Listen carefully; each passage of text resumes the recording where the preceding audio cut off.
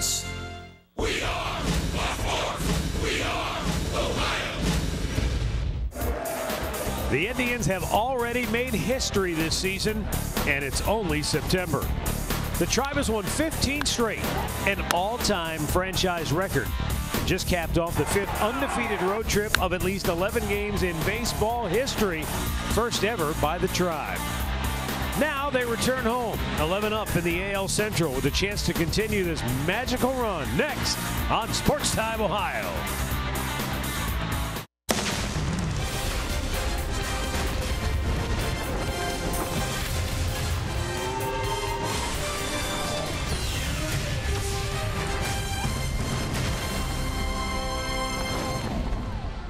Tonight's matchup between the Cleveland Indians and the Baltimore Orioles is presented by Hankook Tires.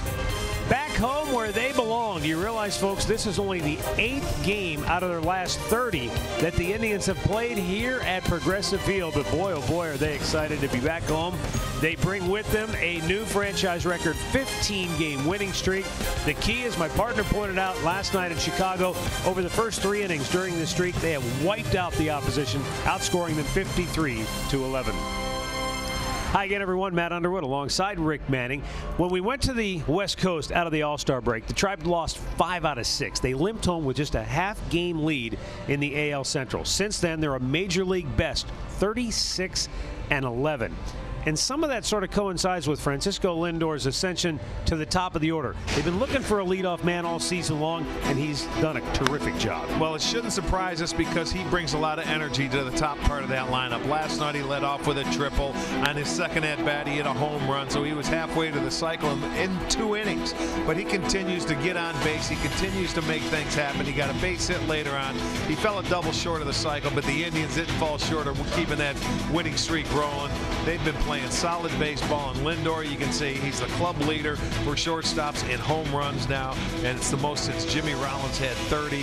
And during the winning streak, 6 homers, 12 RBIs. I mean, it's just everything. There's so many good things going on during the course of the streak. It's hard to highlight one because the pitching's great. Everything is going together. It's just really a treat to watch. You hit the nail on the head. We highlight Francisco Lindor, but we could highlight just about every guy in his roster because they've all contributed in meaningful ways. Well, we'll be back with tonight's first pitch between Cleveland and Baltimore. Plus, Al and Jensen have the showstopper as they focus in on the Dodgers' current spiral in the NL West. And Andre Knott will talk with tonight's starting pitcher, Mike Clevenger, straight ahead.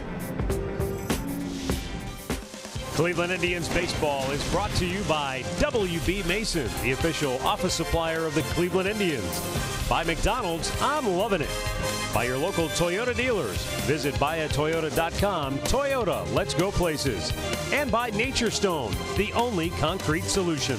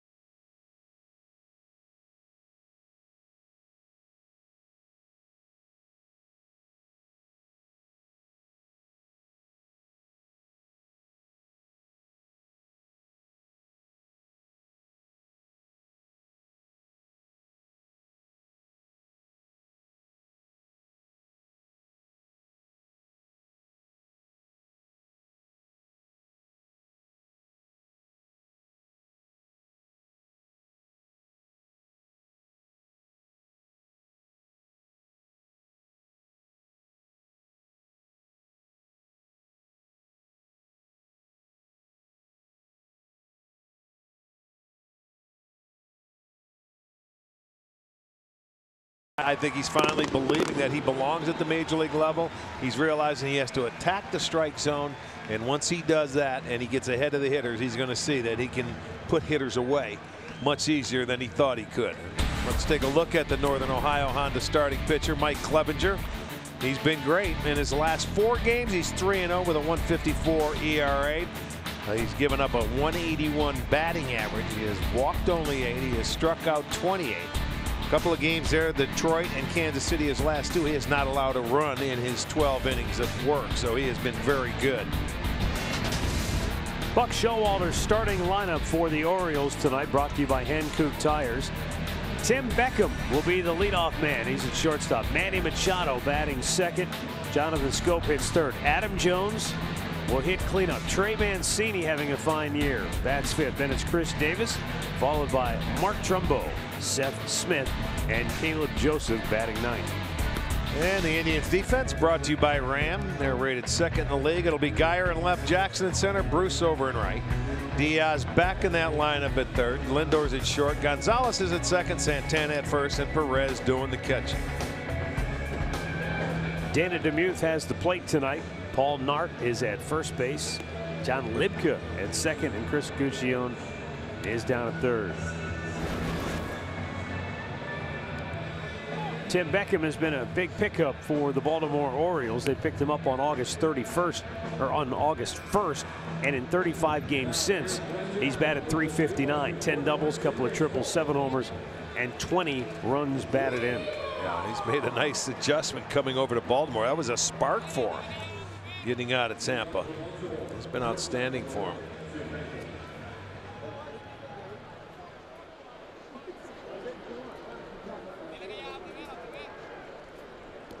.64 degrees our game time temperature here tonight.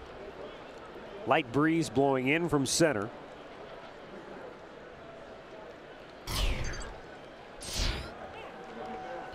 And Mike Clevenger winds it up. We're underway. A fastball misses inside, ball 1.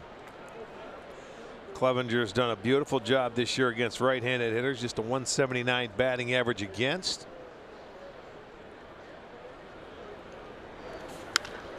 Fastball hit to right. Back goes Jay Bruce, and he makes the catch right up against the fence in deep right field. He did a pirouette out there and still held on to make the play. Yeah, I don't know if that wind maybe held this ball in. I thought he had a chance to get it out of here. He hit it well. Now watch Bruce go back, starts backpedaling, and one step in front of the wall will make the catch and put it away.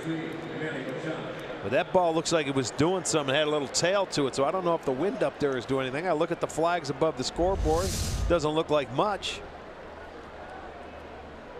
I think maybe, if anything, that ball just carried more than Jay Bruce realized it was going to. But he never panicked, stayed right with it.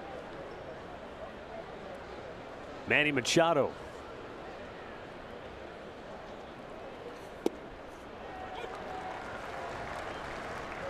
Storylines are brought to you by Wayside Furniture. For Mike Clevenger, back-to-back scoreless starts. And Manny Machado, look out. He has made a living this year beating up on the AL Central.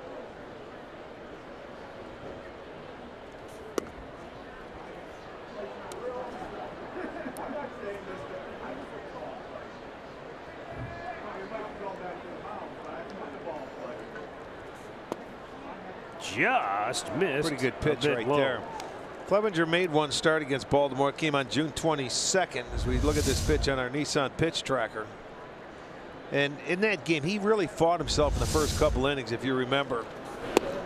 Oh, swing and a miss and a full count. And the long backswing, he let go of that bat. He was trying to hit one out. It caught Perez in the back of the helmet. You could hear it. Watch him let go. Holds on to the bat with his left arm, and then boom, smoked Perez. That couldn't have felt real good. No, not at all. Umpire gave him a little time, and Perez says, "That's okay, I'm ready to go."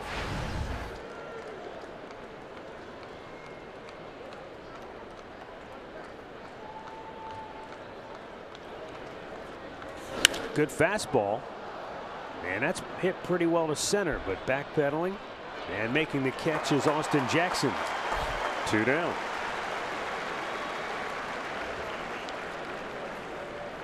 So Mike Clevenger has made consecutive scoreless starts. And according to our friends at Stats Inc., if you go back to May 7th, since that time, Clevenger has made 7 starts in which he has not allowed an earned run. And that's tied for the most in the majors over that time period. Well, he's only given up 77 hits in his 101 innings. I mean, he doesn't give up many hits. He had a string going on earlier in the year where it was 3 hits or less, or 4 hits and less. He was the only thing that got him in trouble is his command, and maybe, you know, trying to be a little bit too fine. I think he's starting to realize that the more aggressive he is, the better off he'll be. It's a matter of locating.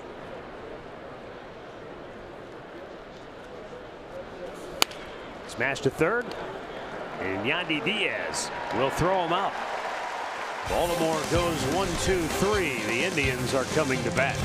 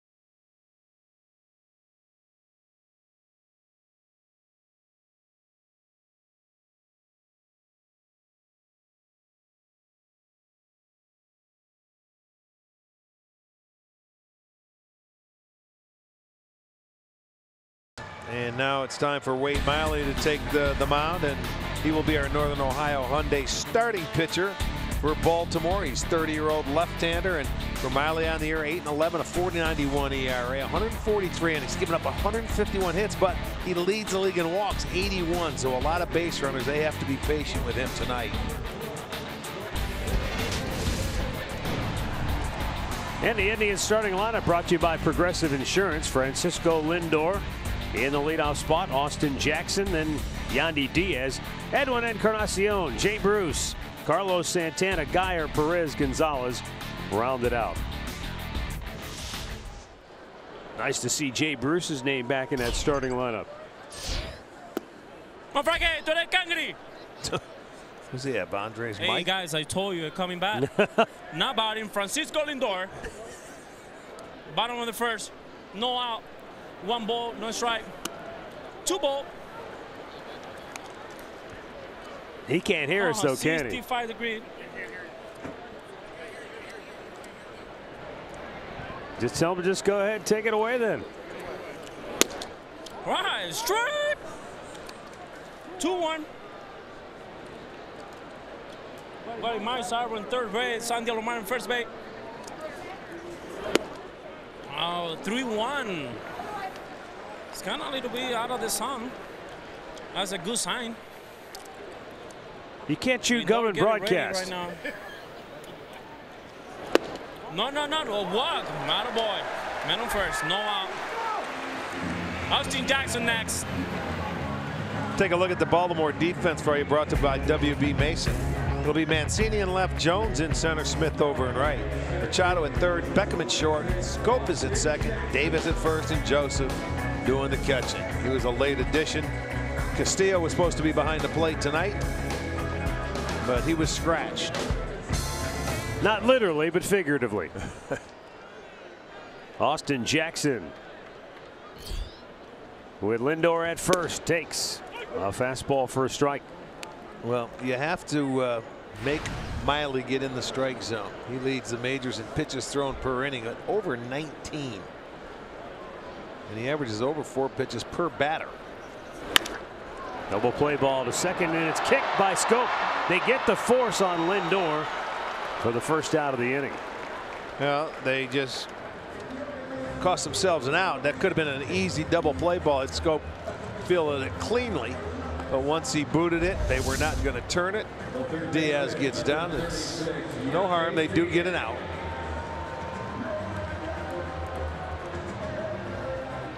Baltimore, they are rated 5th in the league in fielding percentage. They have made 78 errors.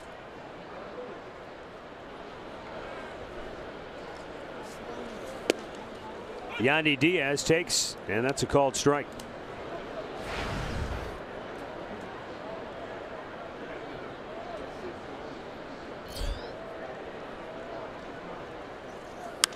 Diaz shoots it foul right side, out of play.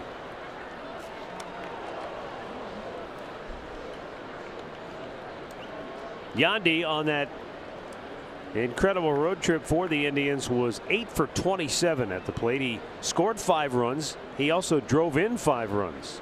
That showed a lot of patience. Yeah, 11 walks, and now he's got a base hit to right field. Stopping at second base is Austin Jackson. Good strong arm out there by Seth Smith. He just put a swing on that ball and hit it like a left-hander would pull a ball. I mean, stayed on top of that baseball. Great clip of the game from last night.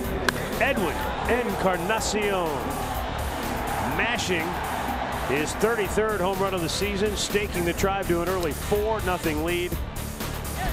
One they would not relinquish.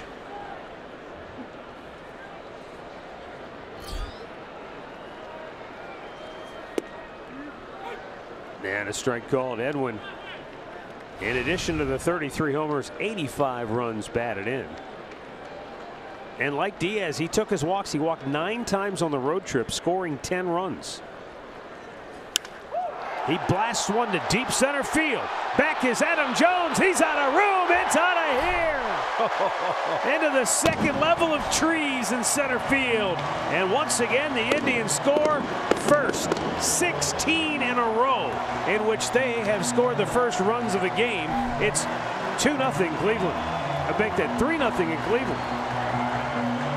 Well, that's the second straight day he has hit a 3-run homer in the first inning.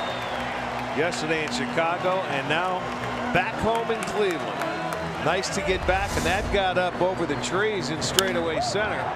We'll make this our Yellowwood bringing the lumber, and he knew it as soon as it left the bat. It was just a matter how far it was going to go. For Edwin, his 34th homer, and give him 88 RBI on the year.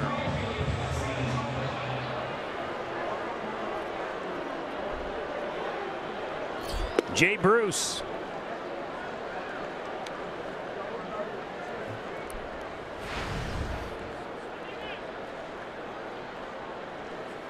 Fouling it straight back. That's the 21st home run allowed by Miley. You talk about ambush. He came in and could have had a double play ball in that first inning, and then the base hit and a 3-run homer.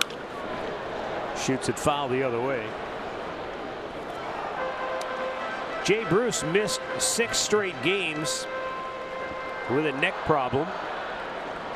Just woke up on that road trip, came to Detroit to the ballpark one day, and it was all crinkled up, and it just took a little time to respond. Second out of the inning as Wade Miley gets the strikeout.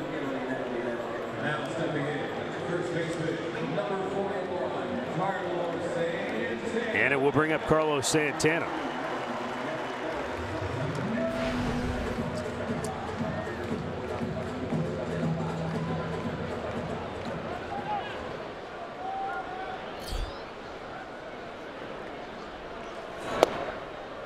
And a strike called to Carlos. Santana had a very productive road trip, 15 hits, including 3 home runs, and he walked 7 times. Drove in 7 runs.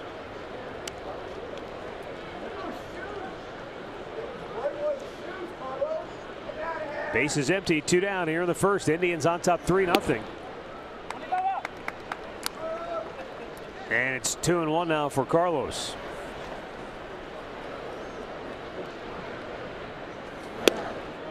Carlos has really been swinging it well since the All-Star break from both sides of the plate.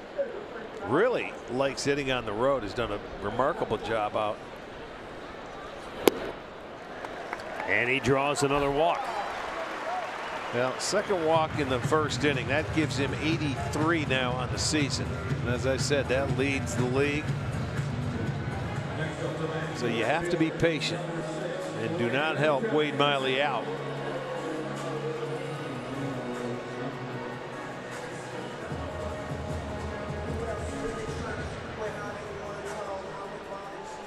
This has been the MO of the club, though. Get him down early, add on, and just let that pitching staff do their thing. These guys have been throwing the ball so well, from starters to relievers. It really has. It's been a common theme like this every single day. And you know what? When you were talking about these guys had a good road trip or they're taking their walks, that's what they're doing. They're letting everybody, okay, let the next guy do it. They're not trying to get greedy. That's why they're hitting with runners in scoring position. They're hitting for a high average as a team throughout this streak. Batting .322 as a team in the 15-game win streak. And the starters have an ERA of under 2.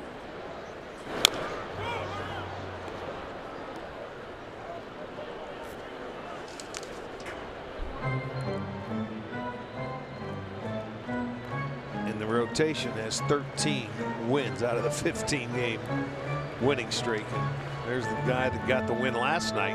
You get the win number 15. Carrasco has 14.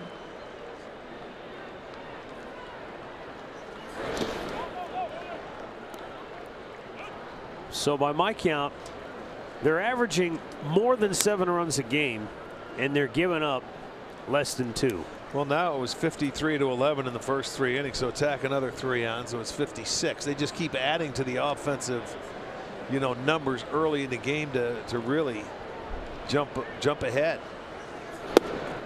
Good take by Geyer, and it's a full count. And they're making another starting pitcher have to really grind his way through the opening frame. 26 pitches, 12 balls, 14 strikes for Miley. Geyer, the 7th man to bat in the inning. Santana takes off. Geyer strikes out. The inning is over, but not before Edwin Encarnacion goes deep once again. Second straight game with a 3-run homer in the first.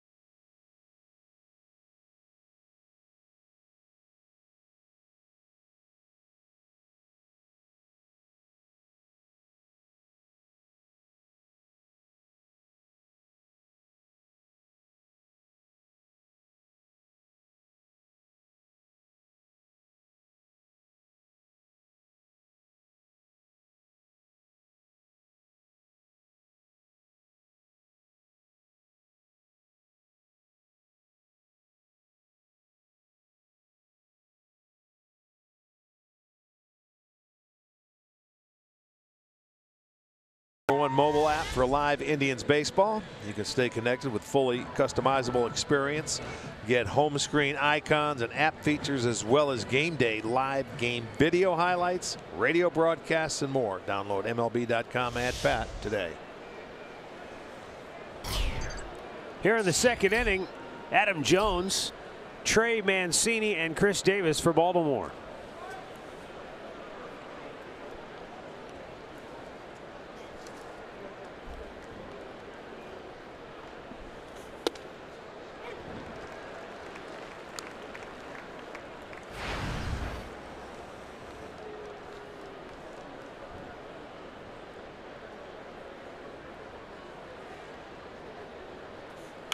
Jones fouls one off of his foot. You know, in the last 3 or 4 times that we've had a chance to play Baltimore, we've seen Adam Jones lead off. We've seen him hit third. He's hitting fourth today. He's moved around that lineup. Pretty much a guy that can hit anywhere.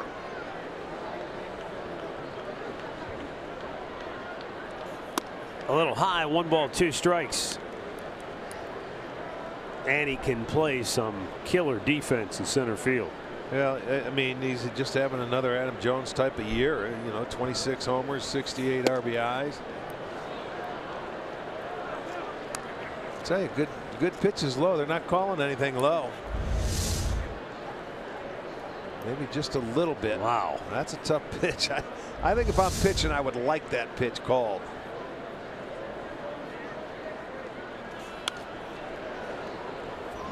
Dana Demuth, the crew chief, behind the plate tonight. We'll see if that's a pitch. If Clevenger consistently hits in that target, if maybe he'll eventually start to get that call, or if that's just going to be a ball all night. Well, so far it's been a ball right there at about the knees. Lays off, full count.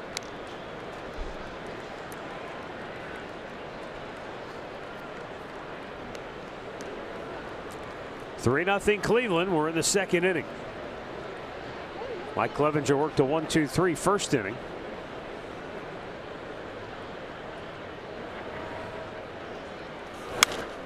Jones pops one foul down the right side and into the seats it goes.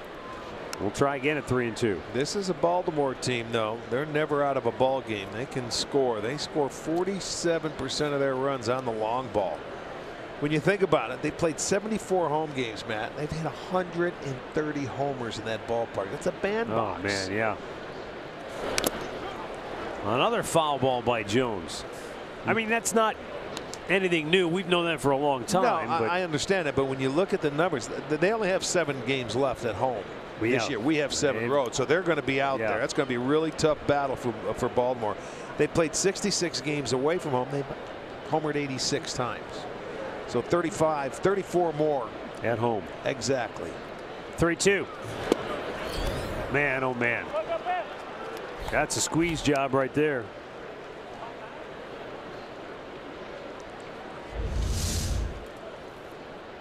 There's the fastball. That was down maybe a little bit more than the other one. That one was, I can see, being low. But if you're a hitter, you got to make the pitcher get the ball up. Trey Mancini, the left fielder for Baltimore, having a great year. He's hit .290, 23 homers, 73 runs batted in.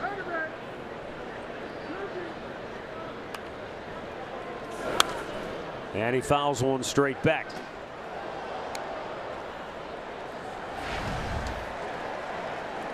Yeah, this is a Baltimore team. They have to score with you. And I'm sure they're used to being down in games early. Their team ERA is 4.84.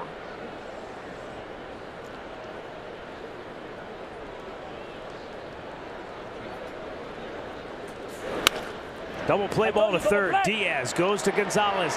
On to Santana. They go around the horn and quickly erase that leadoff walk. Down to Andre. Sorry about that. Well, guys, talking to Roberto Perez, though, before the game about catching Mike Clevenger, he's been told he's going to catch him the rest of the season. But he says, much like Trevor Bauer, they both have the stuff that's good enough, but he's got to stay in the middle of the plate to get them to throw strikes. So that's why he's setting up in the middle early with them.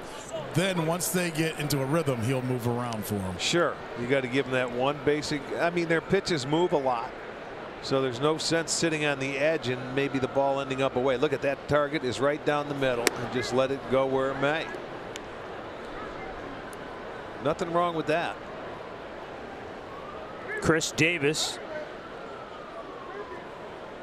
23 dingers, 55 runs batted in.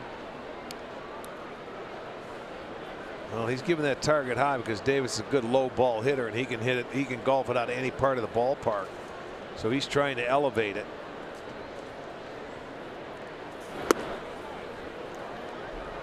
But he's missed with 3 straight. Davis has struck out 166 times on the year. Takes a fastball right down the heart of the plate. This is a Baltimore club that strikes out a lot. I mean, Tim Beckham has punched out 142 times, and that's just, I mean, that's his season totals. Davis draws a walk. Second walk of the inning. And this is what Terry Francona talked about before the game when I asked him what has enabled Mike Clevenger to pitch better and look like he's getting stronger late in the season. And he said when he's attacking the zone, he's as good as there is. But he said his only hurdle left is he gets to try and be a little too fine at times. And he said if he can stay away from that, he'll be fine. Especially when you put 3 on the board, you want to come out and have a shutdown inning. Well, he got his double play ball. You just come back, get this out, you're just fine. So I mentioned to you, Clevenger against right-handed hitters, awesome. Just a 179 batting average on the year, and this is predominantly a right-handed lineup.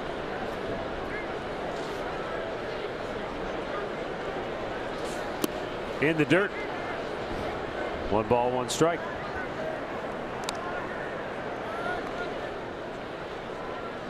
Matter of fact, over his last 6 outings, right-handers are hitting just .094 against him coming into today's game.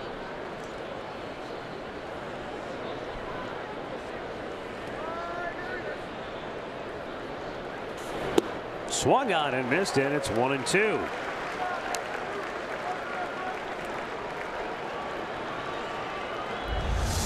Second slider in this at bat. Trumbo comes up empty.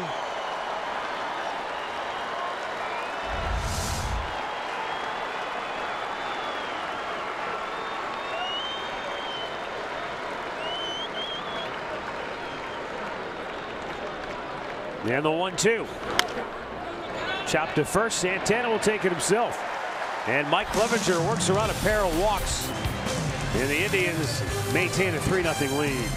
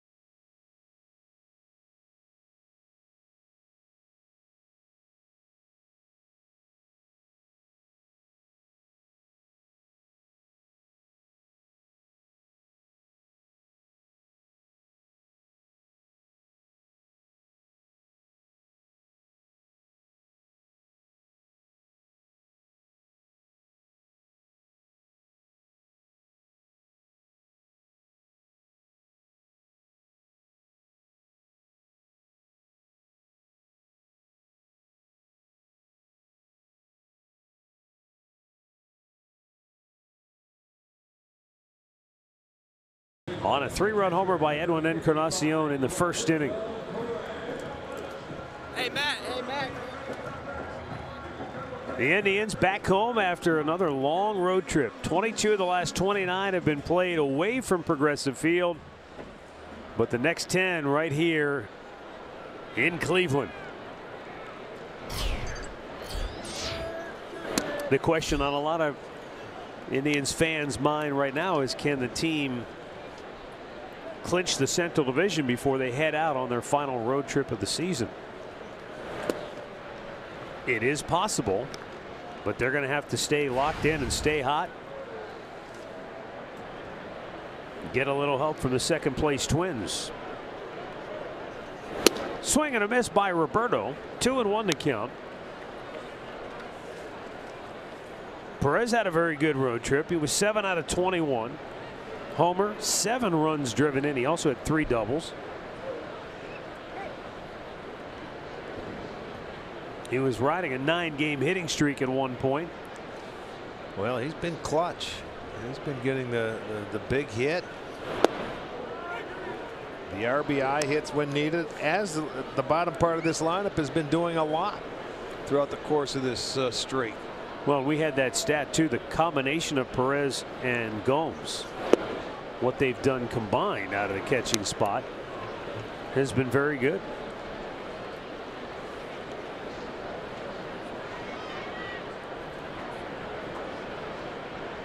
Now the payoff pitch. Popped him up right there in front of home plate. Caleb Joseph ditches the mask. 1 away. Well, we'd like to send a special message out to Susan Snyder. Susan, we know you're watching and we're thinking of you. And on behalf of the Dolan family, the Indians organization, and all of us here at Sports Time Ohio, thank you for making us a part of your day.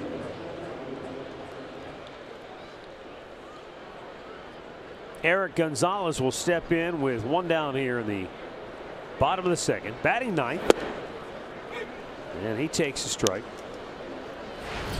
Eric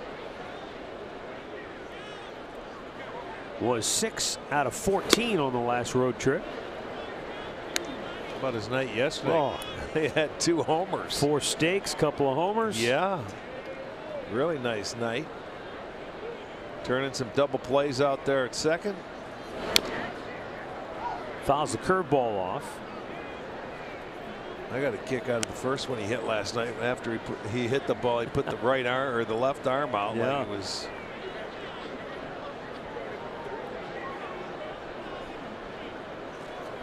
Bounced in front of the plate. I'm really thinking if you just take up this guy, you got a good chance of standing where you're at right now, 2-2. Because he throws a ton of pitches.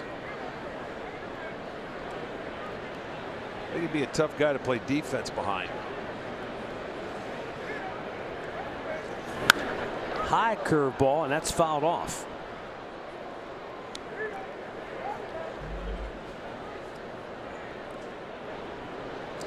Miley, a guy that came from Seattle to Baltimore for Ariel Miranda. That was last July 31st. Now the 2-2, and that's in off the plate. Full count. The Indians, owners of an incredible 48-27 record on the road this year. Gonzalez works a walk. 36-29 here at Progressive Field.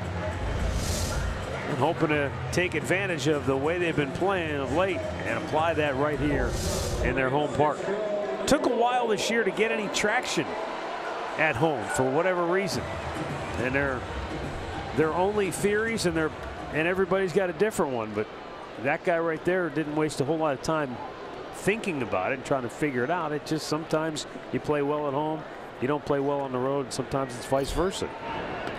Well, the good thing that helped was that they were playing pretty well on the road for the most part all year, and that takes a little pressure off you. You're not playing well at home, and you try and finish at 500 or play 500 on the road. The Indians are just unbelievable on the road. They're 21 games over. They're 48-27.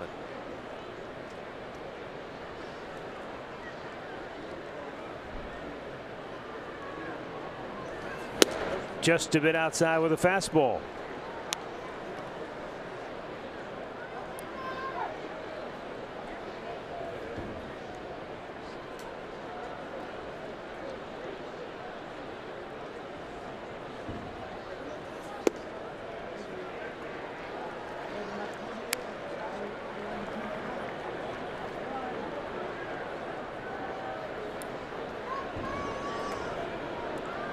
This is one of those odd stats that kind of makes you shake your head, but this is the 8th straight game in which Francisco Lindor has batted in each of the first 2 innings. His double play ends the 2nd frame with the Tribe on top, 3-0.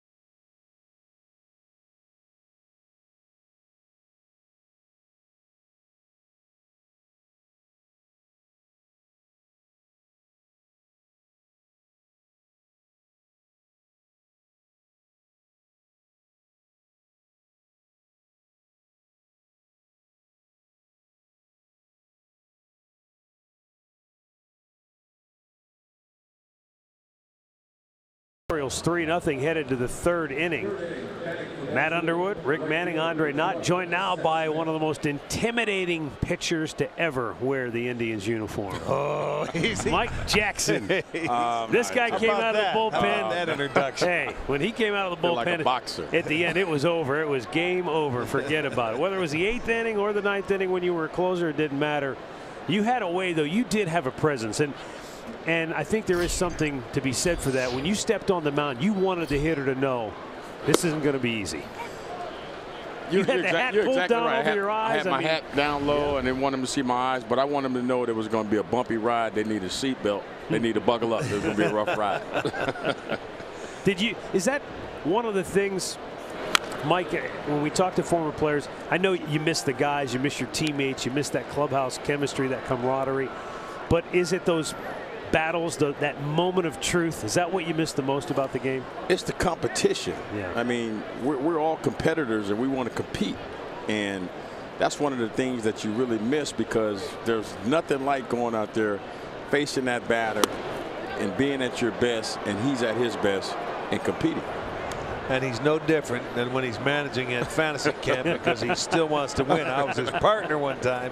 We got to the finals, and he's still, I mean, this guy's intense, an intense guy. I mean, that's the only competition I can do now, so I have to enjoy it whenever I can get it. But the competition is still in you. It burns, doesn't it? Oh, yeah. It's a fire that won't ever go out. You know, if you're a competitor, it's going to stay in you to the day you die. Seth Smith strikes out Mike Clevenger's first K here this evening, and it brings up Caleb Joseph. Houston, very near and dear to your heart. How's things going down there after that horrible hurricane? That's my hometown. It was rough going for a minute. We had all that rain from Harvey. It's a lot of people that are devastated from that. But you know what? We'll get over it as a city. We will bounce back. But, you know, I was blessed and thankful that I didn't have any flooding in my area. But there's a whole bunch of other areas that in Houston that are just devastated. I don't know if you know Jay Bruce or not. He's from Beaumont, and he and his wife have they've pledged $100,000 of their own money, and fans and people all over the country have donated over $200,000. So they've raised over $300,000 with the help of he and his wife, matching some of those funds. And well, it's a region that's going to need a long time to recover, isn't it, Mike? It's going to take a long time. If you actually get a chance to come there and see the devastation, man, it's amazing. But any little thing helped to get these people back on their feet and in some type of home or shelter or whatever. But you know, it was something that the people in Florida are about to go through now. I mean, hopefully they won't have to experience that, but I mean, it's that time of year where we're in that Hurricane Alley. I mean, until October. Yeah. I mean, we got to be on alert. There is a chance we will be down there. You know, maybe in October. Yeah. Having to play the Astros, so we'll see. But hopefully, you know, we get through this hurricane season. It's normally over in October, so we can get through it without any more damage. Back-to-back strikeouts for Mike Clevenger. Good spot right here. Take another look as he locks up Caleb Smith. Good fastball. I love that movement. Yeah, Caleb says, I wasn't even supposed to play tonight, man. They put me in late. He was not. Supposed to be Castillo in there. These guys have been playing some outstanding baseball. Have you been able to follow them? I've been watching a little bit whenever I can. But, man, it's amazing. I told everybody back at home that it's going to be a repeat of the World Series, Cleveland and Chicago. We're going with Cleveland as winner. All right. Well, you know, 15 games. What's the best team you ever played on, and how many the most you ever won with a ball club? Do you remember? The best team? I mean, not the best team, but I'm saying the most games you've ever been on a team with consecutively. Because the Indians just said Cleveland. Okay, it was here. Yeah, I mean, the most wins I've been on was San Francisco. We won 103 games, didn't make the playoffs. Right. I remember that year. Didn't make the playoffs. I do remember that year, by the way. The Braves beat us by one game. Yeah. Yep. And I'm like, those Braves cost me a lot of championships, or at least playoff berths. The Dodgers did you guys in at the end of that year, didn't they? They did. We went in there tied with the Braves. We had a 4-game series with the Dodgers. They had a 4-game series with the Rockies. It came down. We won our first 3. They won their first 3. It came down to the last day. We lost. We didn't have that extra starter. We were trying to get Dennis Martinez, and Al Rosen wouldn't pull the button. Yeah. He wouldn't pull the plug and get him. We thought we was going to have him. We need that extra starter. So Dennis was a marked man back then. Let's go. We got to get him over here as we did here in Cleveland. 3-1 pitch. And that's a little low, ball 4. Mike, when you pitched, when you were coming out of the bullpen, were you just fastball slider? No. As my career continued to progress, I changed. I had to change some things because everything I threw was hard. I didn't have anything against lefties, so I had to learn that changeup. So I was fastball, slider, changeup. And then, of course, as you play this game, you'll learn how to adapt, or you won't be here that long. Have to learn that sinker and all the other stuff. It's something different, just a different look. Just to give them something different to think about. Just to show it to hitters to say, hey, man, I don't know what he's coming. But when you're only going to face a guy one time, not more than that, you can do whatever you want. Yeah, exactly. But when you're just a 2-pitch pitcher, and these guys understand, well, I'm going to get one or the other. They're going to sit on one. And they're going to get it best one, and it's going to be your slider. Yeah. So. Well, that's what I was going to ask you, because, you know, Tito's talked about Mike Clevenger. He said if he can avoid trying to be too fine and make that perfect pitch and just attack the hitters, then he's going to be fine. And I brought that up with you because I was thinking, when you're throwing fastball, slider, and as you worked in your changeup, everything still worked off your fastball, though. Everything. Right? Still didn't matter. Everything come off my fastball. I mean, if I can make my slider look like my fastball, my changeup look like my fastball, then I'm more effective. Because now they're seeing the same arm speed, the same arm slot. But if you can execute those things consistently, then you can be more effective out there on the mound. Jay Bruce cuts that off in the gap and holds Manny Machado to a single with 2 down here in the 3rd inning. But the Orioles now have runners at the corners with 2 down. Yeah, but when you're going to face a guy like a Manny Machado, if you can pitch from in front, it helps, because those good hitters are going to get their knocks and you have to go into them. When you're behind in the count, Machado, one of the better hitters in the game. Yeah, most definitely. I look at it this way: every time you throw a strike, the his chances of getting a base hit decrease, because you can expand the strike zone. The zone every gets time bigger. you throw a ball, it shrinks. Yeah, so I got to come more and more over the plate. That's so true. the chance of him getting a hit is very high. Yeah. That's a good way. Yeah. And your good hitters are going to get you. You can get away with it maybe with some guys that are, 240, 250 hitters. Swing and a miss by Jonathan Schoop.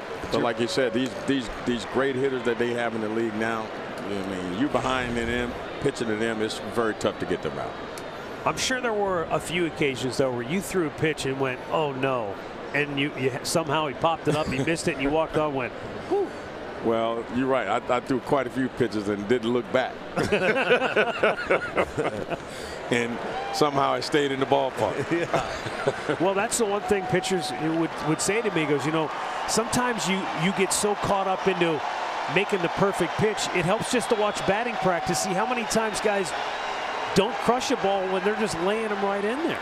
You know what? One day, I forget which team, but we started to throw batting practice, and we're just throwing just BP fastballs, and the guys were just popping them up. Yeah. So I tried it in the game one time. I threw a guy a great fastball, and then I just said, what the heck? The game was in a no-win situation for us, so I just threw a little BP fastball to play. The guy popped him up. Yeah. He popped it up in the air. Trying to do too much. Couldn't believe it. Exactly. Sometimes hitters they get themselves out. Yes, they do. Many times. Look how many times guys throw batting practice, and these guys get themselves out. They know what's coming, but it's amazing. Yeah. How you can just get a guy off with just a regular, just soft toss fastball. And we see that every once in a while. When we had it the other night in Chicago, they bring a backup catcher in or somebody who's not a pitcher just to do some mop up. And all of a sudden, that guy works a 1-2-3 inning. How did he do that? Well, see, I never liked that, because that make us look bad. 2-2 to Schoop. Swing and a miss. Clevenger strikes him out and strands a pair of birds. Mike Jackson with us tonight. Thanks for stopping by. Have fun glad this weekend. to be here. I appreciate you guys. Thanks, Mike. All right, thank you.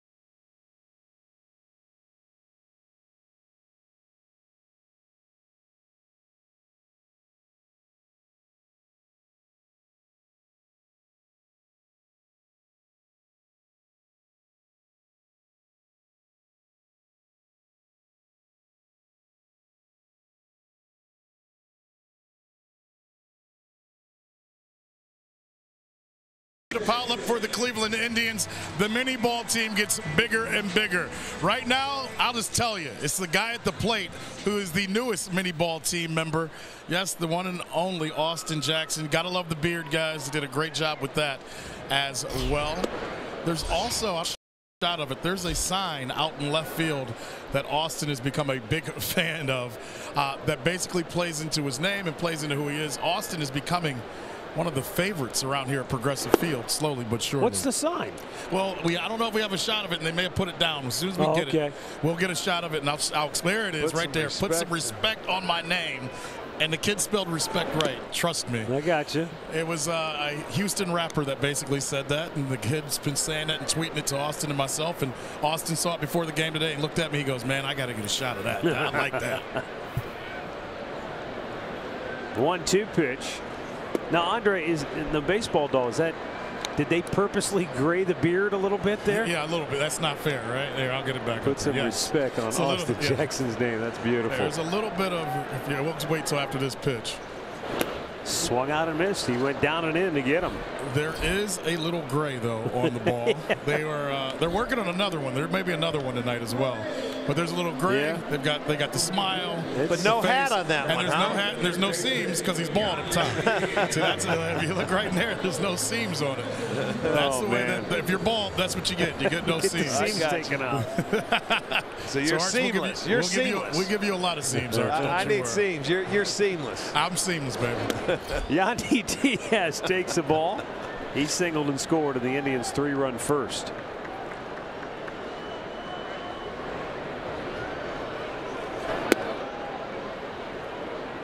Yeah, hit a really nice line drive to right field. Almost like a left-handed hitter. When he gets on top of it, boy, he drives it that way very well. To short, big hop there. Beckham throws out Diaz, and there are 2 down.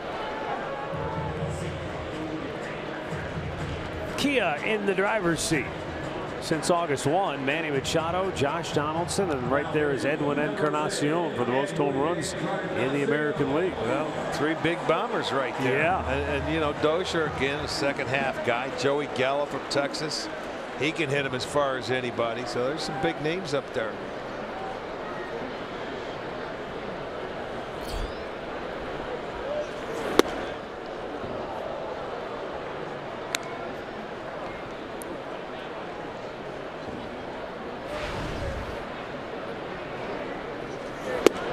Fastball strike.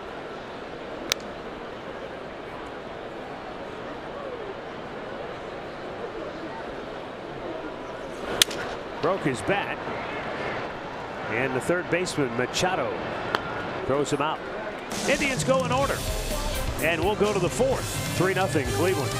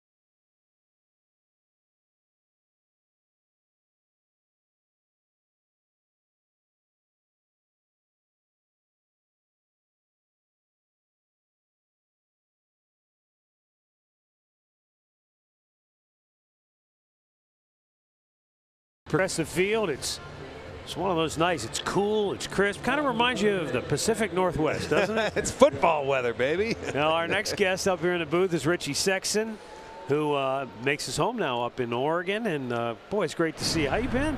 I'm doing well. Yeah, it's nice to get out of the fires. We were burning to death up there. Yeah, they had a lot of hot temperatures and fires all over the place, so it's a good time to come here. It is, yeah, and this feels great. It's so much cooler. I love it. Yeah. Richie Sexson was originally drafted by the Indians, and you weren't a real high draft pick, if I remember right. Like 20th round, something like that? Yeah, 24th round. Yeah. Yeah. So when you came into pro ball, did you know right away, hey, I'm going to be in the big leagues? Was it a sure thing for you? Absolutely not. Nice play. Nice play by Santana, one away. Actually, you know, as a 24th round pick, and then you could start your year out, you go to rookie ball and hit 185. You really don't think you actually have a shot at that point. Yeah, when you signed, though, you were tall, you had to put some weight on, you were thin, you were slender, and I mean, it takes a lot of work to get something, you know, to get a feel for it, doesn't it? It really does. Yeah, I was fortunate. They gave me a second chance. I thought that was it after the first year, and you know, I had several guys in my corner that, you know, sent me to instruction league, and I started to kind of build from there. So somebody saw something, and thank God they did. Well, I mean, you show up first day and you're looking around, and there are not a lot of guys here that look like me. I mean, not a lot of 6'6" guys. Well, you know, pitchers. Yeah. Right. You know, you talk about hitters and big guys, how long it takes to mature. We've got one in Bradley Zimmer in center field now. He's he's 6'5", 6'6", and you know, you got to learn how to hit. That's not an easy thing, is it? Because big guys like to extend their arms. It's tough, you know, and you know, there's a lot more holes. There's a lot more moving parts. There's a lot of things going on. You know, the kid from the Yankees, I think I call it. I said, you know, you're gonna. Go ahead. No, you're gonna, you know, absolutely. I was thinking he's gonna go through some struggles. You know, he's a big guy, and.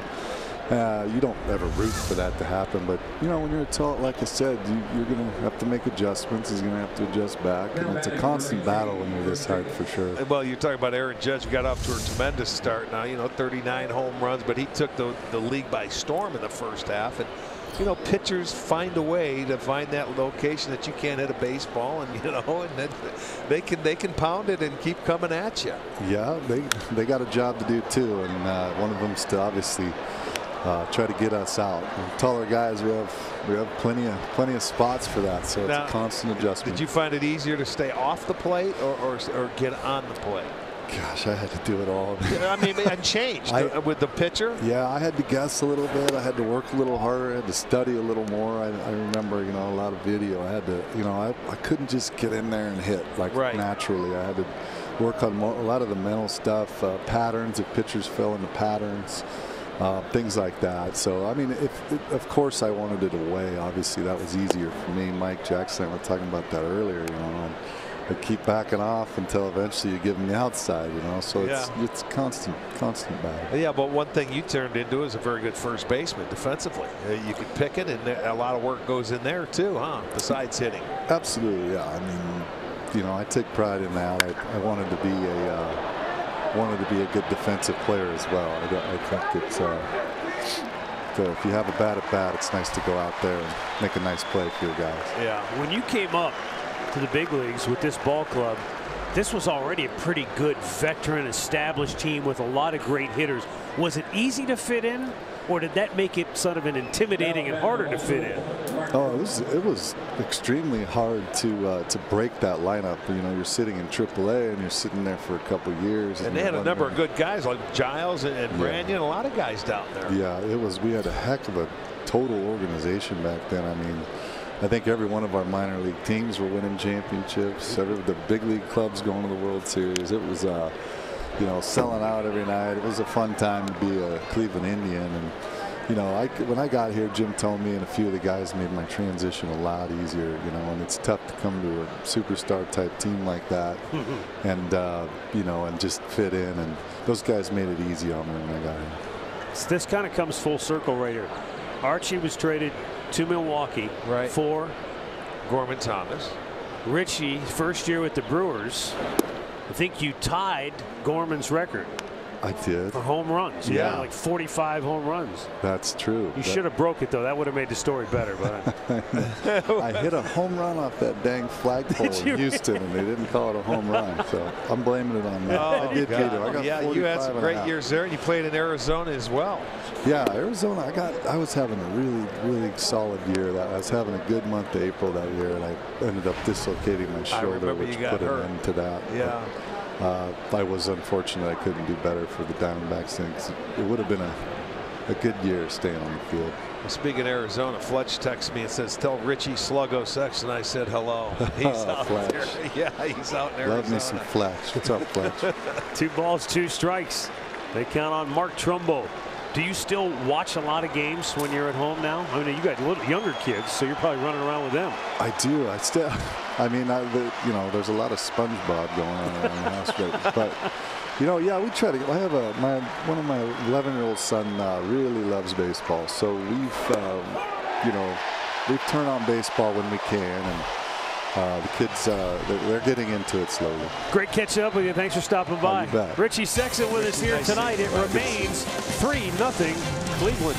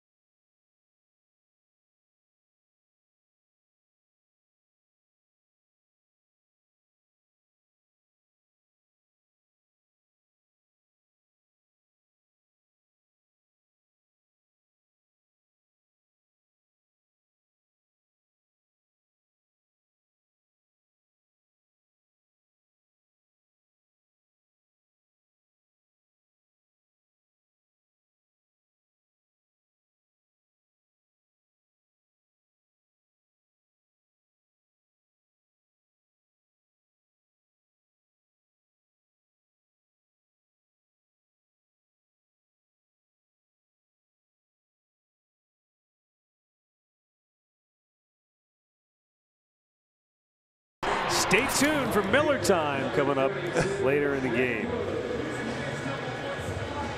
That was nice to see Richie. Yes. Tell you what, he looks a little bit like Murph, doesn't he? You know, I always found it odd when people say, "Hey, don't I look like so-and-so?" If you have to ask somebody, do I look like somebody else? Chances are no. You know, if somebody says to you, "Hey, you look like," right, then you might think, but if you're bringing it up, no. Okay, what happened to Machado? Got to get a new glove. He didn't like the one he had. Either that or maybe the string broke. Yeah, that's what I'm thinking. In the pocket. There'll be some work going on in that one. That'll be the backup. Jay Bruce will lead off for the Tribe here in the home half of the 4th. He struck out his only time up. Orioles put a 3-man shift on the right side against him. And Wade Miley with the first pitch strike. Miley had a rough start to this one.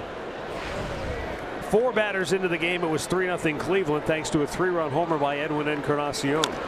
Since then, he has not allowed a hit. He has walked a couple. Well, this is the point of the game offensively. This is when you want to try and add on, so you can do a little separation now.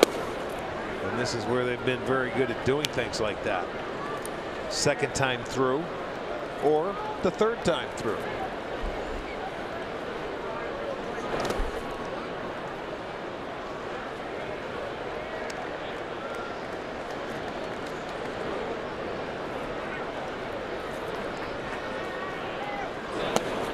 Missed outside, full count. Again, another full count. He's had a few of them today, 5 of them.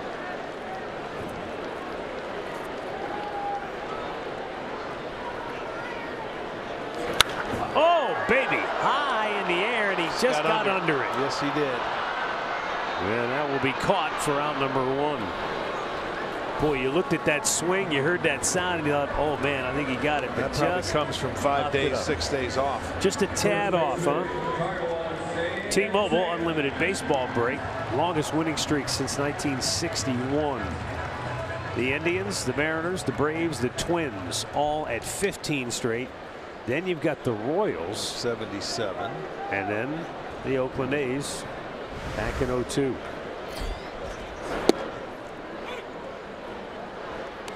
You know, it's funny. When a team gets on a run like this, it's great fodder for those of us who work in media and in communications. It's, you talk about it on the radio, you talk about it online. Guys who don't talk about it are the guys in the dugout, in the clubhouse. And when I talked to Terry Francona about it today, it made perfect sense to me. That's something you talk about and reflect on when it's all said and done. When you're in the moment, you're just thinking about what's today, who's on the mound, what do we have to do to get a win today. If you start thinking about the streak, then you've lost focus. Well, you're a baseball player, you know how hard it is to win a game. There's a nice swing. Santana going the other way for a base hit. First hit since the first inning. But you know how tough it is. You can't get caught up into the emotion of, you got to continue to go out there and you don't ask questions. You're on that wave. You just ride it till it's done. Because sooner or later you're going to be going, bucking up against a headwind. I guess, Arch, it's similar to when a hitter's going well. He doesn't want to talk about it. You don't want to talk about it because then you start thinking about it. Well, the difference nowadays is that any time you do anything good, it's talked about. And, the more it happens, everybody talks about it and they want answers. They want to be the first to tell everybody. And that's the toughest thing about it right now is you can't tune out everybody else. You just can't do it. It used to be easy to do. You can't do it anymore because that's all anybody is talking about. Any streak you get to. Well, as you guys talk about that, Buck Showalter, the manager of the Baltimore Orioles, talked about the streak before the game. What he marvels at is that the Indians have done this with the players he says he sees that are hurt. He says he couldn't imagine many organizations being able to play like this over this amount of time with guys like Jason Kipnis, Andrew Miller, and Michael Brantley not being able to play. He says it's a testament to Tito Francona. He says also the Indians organization. He says they're a class organization because he's never been around many that could do something like what they've put together. No, that is remarkable. And to just follow up on that, Andre, the one thing Tito said, because I asked him something along those same lines, and he said with regards to Urshela, Gonzalez, Yandy Diaz, Ryan Merritt, Tyler Olson, the guys who stepped in and have really filled the shoes of many of the people that have gone down. He said we haven't necessarily asked any of those guys to fill a starring role, but he said they have been able to fill meaningful complementary pieces. Exactly. Yes. Yep. Well, I know when Andrew Miller got hurt the second time, he said to me right away, he goes, Andre, we're not built for one guy to lead us. He goes, I know you guys talk like that. He goes, but this is a team in every sense. And 2 minutes later, I walked over to Francisco Lindor's locker, and he looked at me and said the same exact thing. He says, we're not about one guy. He goes, we need him. He goes, but we're going to, take care of each other and stand up for each other and make it work one way or the other, no matter who's here. He said, we learned that last season. Yeah, I was just going to say. I was going to say, too, with Brantley being out, that's what gave him the edge. Because they weren't expected to do anything because Michael was their best hitter. That and look what they did in the postseason with only 2.5 starting pitchers. Yeah. That built confidence. I know we don't talk about it a lot, and I know the team doesn't like talking about last year, but that's built a confidence in this team that whoever they put out, whoever Tito puts in that lineup. Double play ball potentially, and they do turn 2 to end the inning. 4 complete. It remains Cleveland 3, Baltimore nothing.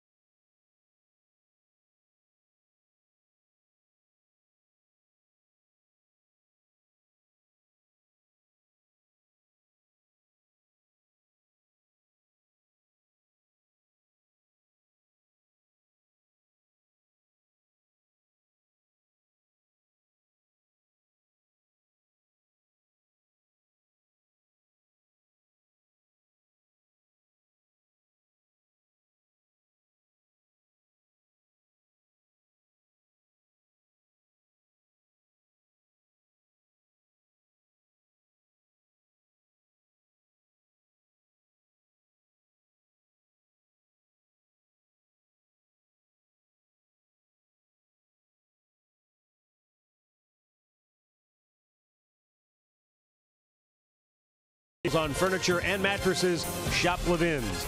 And by your Northern Ohio Honda dealers. Made in Ohio, Ohio proud.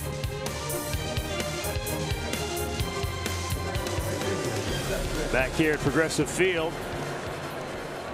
The Indians scored 3 in the first. Mike Clevenger has made it stand up to this point. Through 4 innings, he's made a lot of pitches. 70, 40, 1 strikes. And he's got Seth Smith, the number 8 hitter, leading off, and breaking ball misses outside.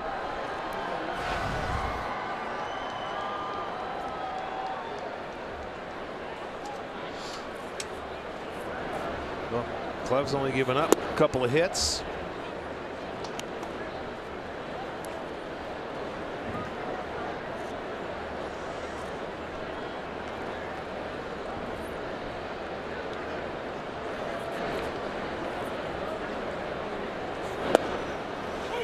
And a strike called, 2-1 to count.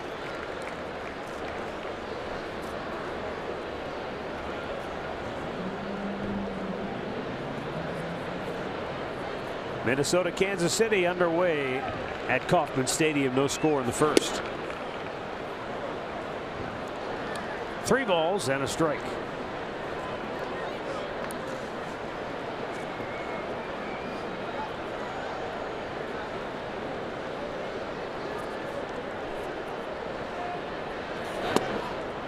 Full count. Yeah, that was a good pitch. And that's at the bottom of that part of that zone. It will not get any lower, but he's thrown a couple there tonight that were called balls. That one he gets. So now it's a full count. Got to come back and make another good pitch.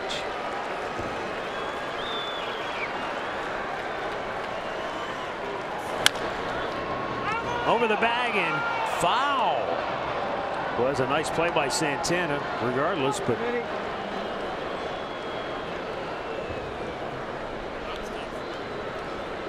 Smith will come back and try again as we take another look. Right down the line, but yeah, just foul right at the bag. Well, he had it covered. Smith is the guy that he's going to try and pull the ball, no doubt. Santana, he would have smothered it.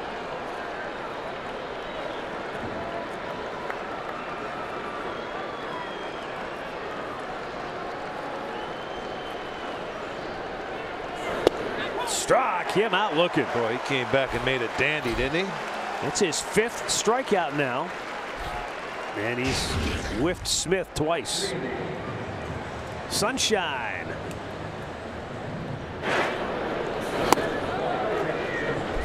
Well, there's the first one on a high fastball, and then he's thrown a couple of nice sliders. And he's locked up a number of them, so that's 5 strikeouts. He has walked 3, given up 2 hits. To right field, Jay Bruce. 2 away.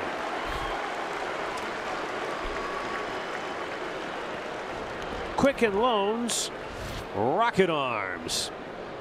The Indians just over 10 strikeouts per 9 innings. Told you before, no team in the AL has done that for an entire season. The Indians are right on the verge, and the Astros aren't far behind. Well, in the year of the home run and the year of the strikeout, you can see 2 teams with arms. Good arms can get those punch outs. You saw the nickname on the back of the spikes that Clevenger's wearing. You remember the movie, remember the Titans?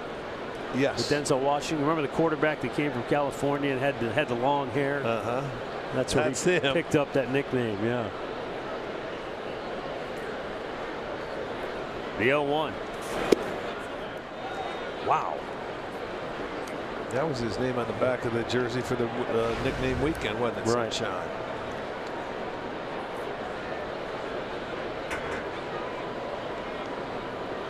Well, Clevenger now looking.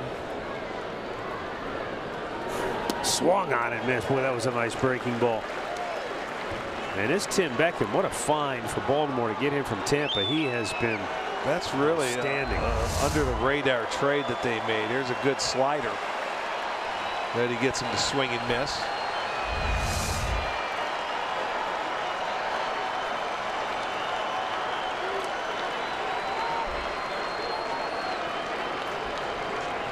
And the 1-2. A little low with a fastball.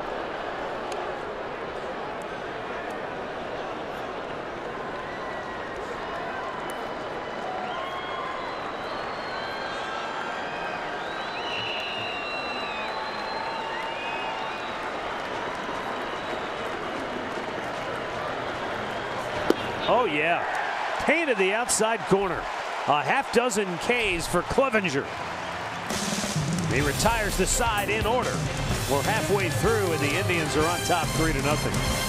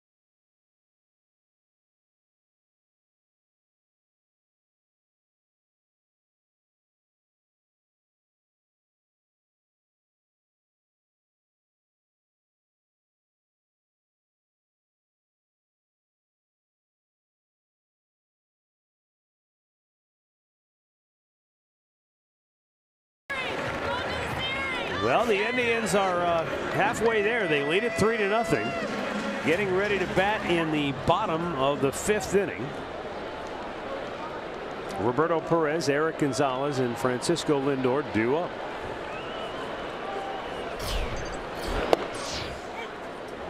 Roberto popped up right at the plate. His only time up tonight.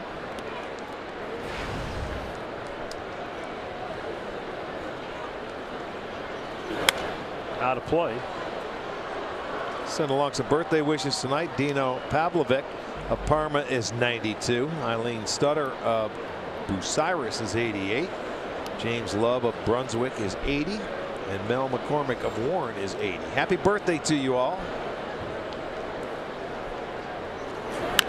Slow chopper towards short. Cut in front of by Machado. Had a little trouble getting it out of his glove. But throws out Perez, 1 down. In-game recap brought to you by your local Toyota dealers. 4th hitter of the game is Edwin Encarnacion, and with 2 aboard, he tattooed one to deep center field and up near Heritage Park. And that has been it. The Indians have 1 hit in the game since that homer. The Orioles have 2 hits for the game. Mike Clevenger has struck out a half dozen O's. Wade Miley has struck out 3 Cleveland Indians, but he has also walked 3.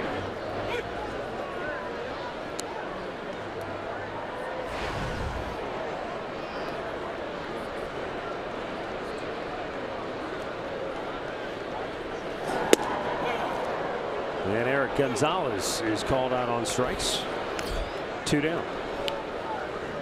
Well, he ran one inside and then backed Gonzalez off. But take a look at that pitch. Looked like it might have been a little in off the plate, but gets the call. His 4th strikeout in the 2nd out of the inning.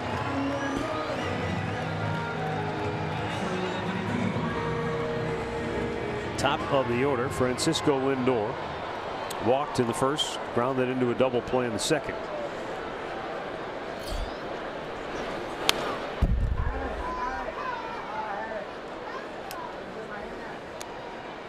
The Indians have outscored their opponents 56-11 in the first 3 innings in this 15-game win streak, and including tonight. And also, for the 8th straight game, Francisco Lindor has batted in each of the first 2 innings. So that tells you the offense is getting out and doing some damage early in games. Well, I know it just seemed like this, but I know it happened a lot when we were on the road. It seemed like they had at least 2 on the board in the first, if not 4. I know we did it twice. Well, I think it was 3 times on their road, because you said it happened in both the Kluber starts. Yes, it did. In Detroit and in one in Chicago. Oh, no, it wasn't 4. It was just the 3 runs in Chicago the one game. Yeah. And then the White Sox came back with 4 in the bottom of the first. Yeah. And then there was a couple of 2s. There's a long drive deep left field. It is off the wall. Played nicely by Mancini. Throw to second, and Lindor is safe. Boy, that umpire had a really good look at it. I mean to tell you, he waited a while for that call. And Mancini did a beautiful job playing that ball off the wall. It came right back to him, and Frankie did a nice job of hitting that breaking ball. And watch, gets it on the glove and fires his seat. Now watch the umpire get in here. Stick his nose right in and watch. He was watching to make sure Lindor kept his foot on the base where the tag was. The tag came up on the backside of his thigh, and he got the foot in there. So really nice job all the way around. Just now realizing how big Jonathan Scope is. Oh, he's huge. No doubt. He's huge. 35 doubles now for Frankie. He's in scoring position. Austin Jackson takes a strike.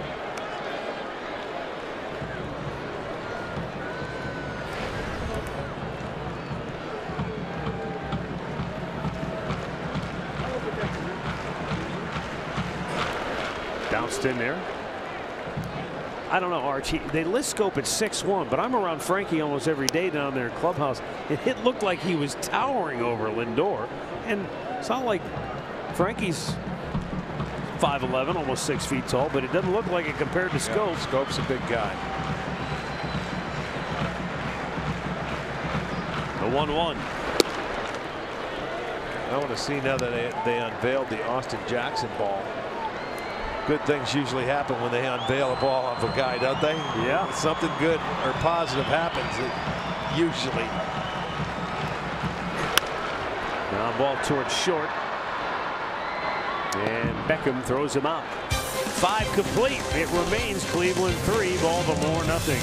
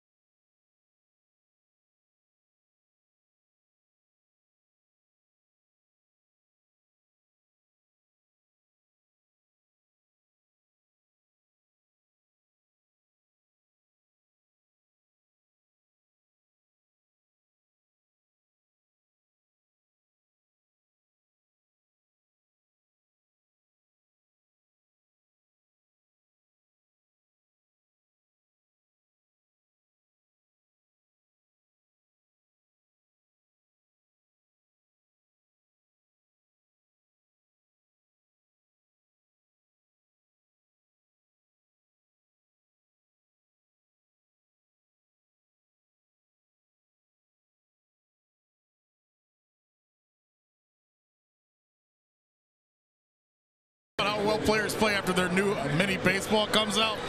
Arch, you know who this is? Let me see. This guy's done really well. Oh, in a short amount of left-hander. time. Yeah, left-hander. From different places. Tyler Olson. Olson, right. Yeah, Olson's gotten his ball pretty quick. It's pretty good. Trevor told me he throws it from different arm slots, so that was the way that they made Tyler Olson. They're pumping him out, man. He said they keep winning. They'll keep bringing the balls out for us as they go along. Only the octopus.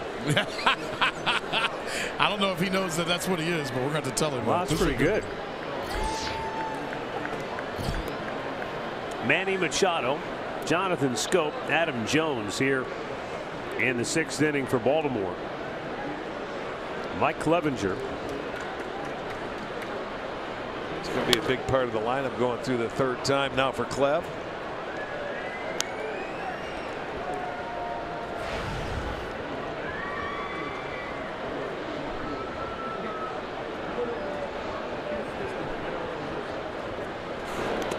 Bounced it in there.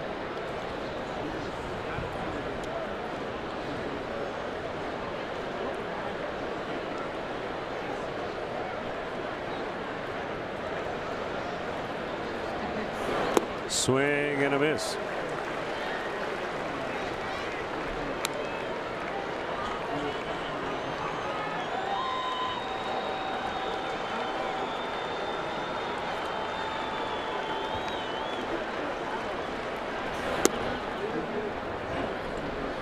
Two and two. Machado singled toward right field. Back in the 3rd inning.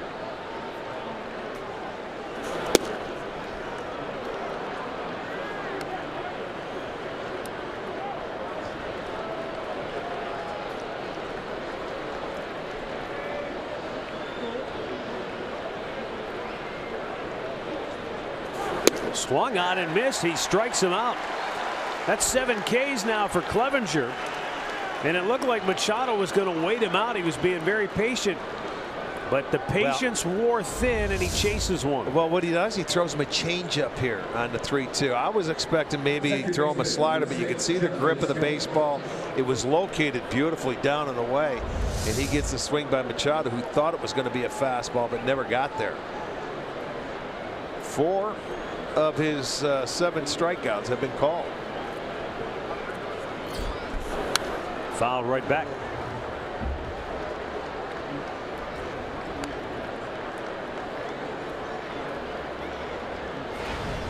Jonathan Scope grounded to 3rd in the 1st inning, and he struck out swinging to end the 3rd, with Orioles at 1st and 3rd base. Well, in Clev's last start against Baltimore coming June 22nd, he went 5 innings and it allowed 6 hits and just the 2 runs, but he did walk 4 and he had 4 strikeouts. So today, much better game, allowing just the 2 hits, 3 walks, but he has 7 strikeouts and is not allowed a run. Oh, Roberto Perez was ready to throw that one to 3rd. Dana DeMuth, he's flinched. Been very inconsistent. Okay, well, he's called that balls before. You know, he did. He looked the other way, but he also called it a strike. Yeah. Beats it into the ground. Yandy Diaz slings it over. 2 down. Stat of the game brought to you by Buick. Last year's 14-game win streak up against this year's 15-game win streak. Look at the runs allowed, almost identical. Yeah. But offensively, they've scored much more. Well, better batting average, ERAs. Boy, that's remarkable. But to have something like that in back-to-back years, I mean, they set the record last year, and to follow it up again this year, and you're one better, it's really hard to believe. Those things, they just don't happen very often. Broken bat, loop, and no. Jackson gave it all his effort. Just he couldn't get in there. A little too wasn't deep. Going anywhere. You're playing Adam Jones deep or deeper, and he just hit it off the end of the bat. One of those where you take the swing, it goes off the end of the bat, and it's going to. You can see where he's playing right now, and he had a good jump on the ball. Nothing else he could do. It falls for a base hit. Mickey Callaway going to take a little stroll to the mound. Just wants to make sure with this guy at the plate it could be very dangerous. Now it's going to give the bullpen time to get ready. Clevenger almost at that 100 pitch mark here this evening. If you didn't have a chance to hear Andre's conversation with Mike Clevenger, I thought it was interesting. And Clevenger saying that one of the things that has helped he and so many of the other young players that have been called up and pressed into action to be successful is that they feel like they're prepared for this. He said, you know, when you're at any level of the minor leagues in the Indians organization, you're preparing to win, so that when you get here, it's not, hey, look at me, I'm here. It's, hey, what can I do to help this team win the game? You do whatever you can is right. Well, basically, he says they teach you how to win. They're not teaching you just how to get to the big leagues. You're getting taught how to win and help the club when you get here, not just be a big leaguer. Trey Mancini pitches down low, 1 ball, no strikes. Clevenger now 18 out of 23 first pitch strikes today. 7-0-2, 1-2 counts.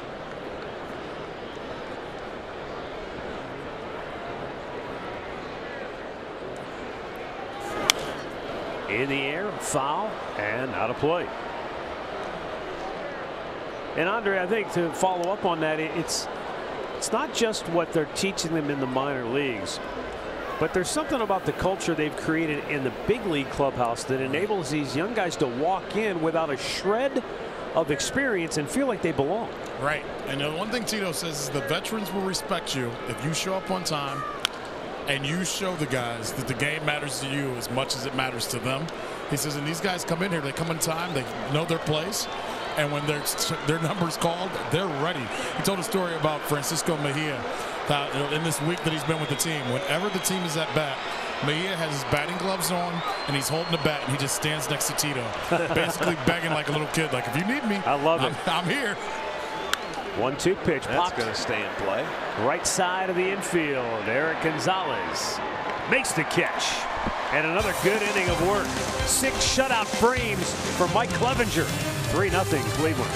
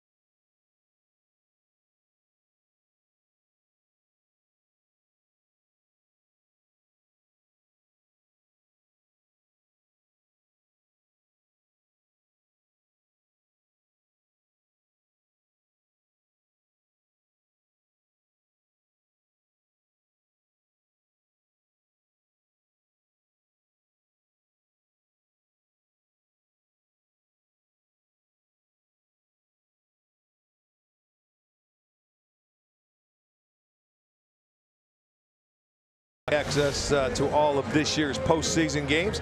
That includes the World Series. You don't want to get shut out. Visit Indians.com/season tickets.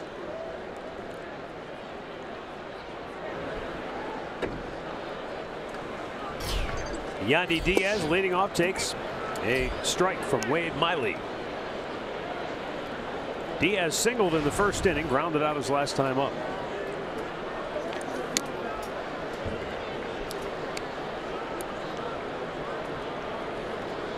4 batters into the game, it looked like this had a chance to be another rout. But since then, Wade Miley has allowed just 2 hits. He's kept Baltimore alive in this game. To third, and it's down the line. Yandy Diaz turned on a pitch and totally crossed up the Baltimore defense. And he'll go in standing with a leadoff double. They were not expecting him to turn and pull that ball. And once he did, it was clear sailing all the way down into the left field corner. Well, let's take a look at the pitch and see if it's way inside. He didn't get it in enough, and he got enough of the ball. You can see they're way off the line at third base. So I don't think the pitch was executed enough to get it in there. But he's able to pull it. A leadoff double for Yandy, his second hit of the night. Well, the other thing I wonder is they might not have even meaning Miley, might not have even expected him to swing at that pitch, because we've seen him take that ball in. He has a lot. That one just didn't get in enough. It's not that he hit it all that hard. He put it in the right spot. Edwin's 3-run homer in the first, the only runs of the game. How about that? He gets him over. That is a productive out. Now it's up to Jay Bruce to see if he can get him in.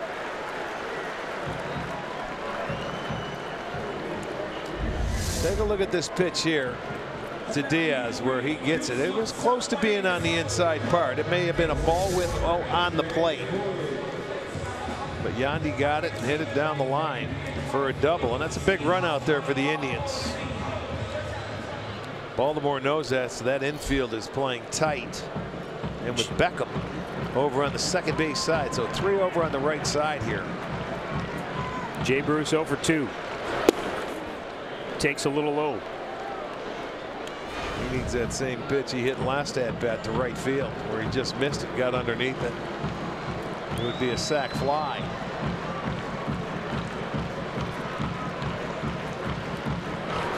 Now Beckham going to go over back to the shortstop side.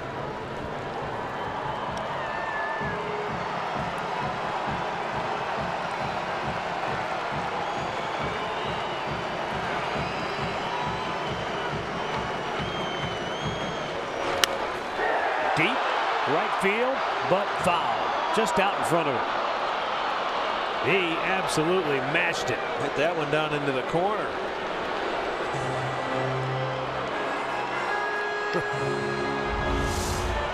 Well, he was looking for a pitch to his liking, and he got one. Just a little bit out in front. Down and in. 3-1. Good patience here by Bruce. He'll be looking for another pitch he can elevate and hit in the air. Chop to first, off the glove, bare hand grab, and because of the hesitation, Diaz does not score.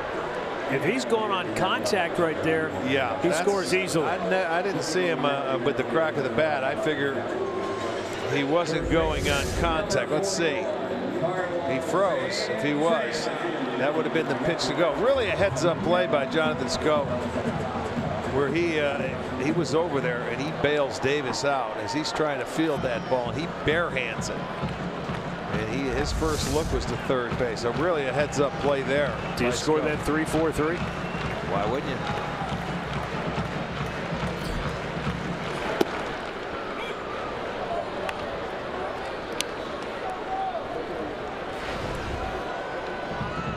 It's up to Santana now to see if he can get a 2-out base hit and pick up his teammate.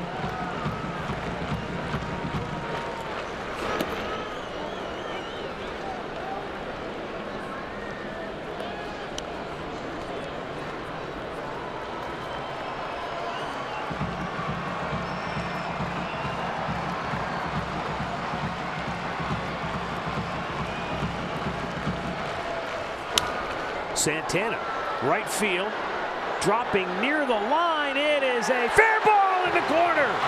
Scoring is Yandy Diaz, and into second base with a double is Carlos Santana, and a 4-0 Indians lead on an absolutely clutch 2-out RBI double right down the chalk. Well, you never see Santana hit it that way from the right side, but this ball just, it was like in slow motion, and it ended up staying fair. I mean, it was tough from our vantage point to see where it was, but it was really a good pitch by Miley.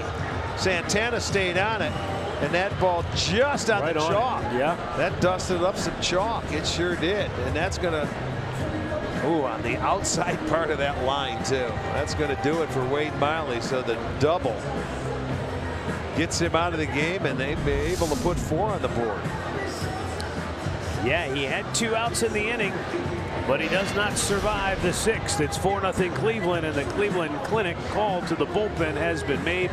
We'll tell you about the new pitcher when we come back.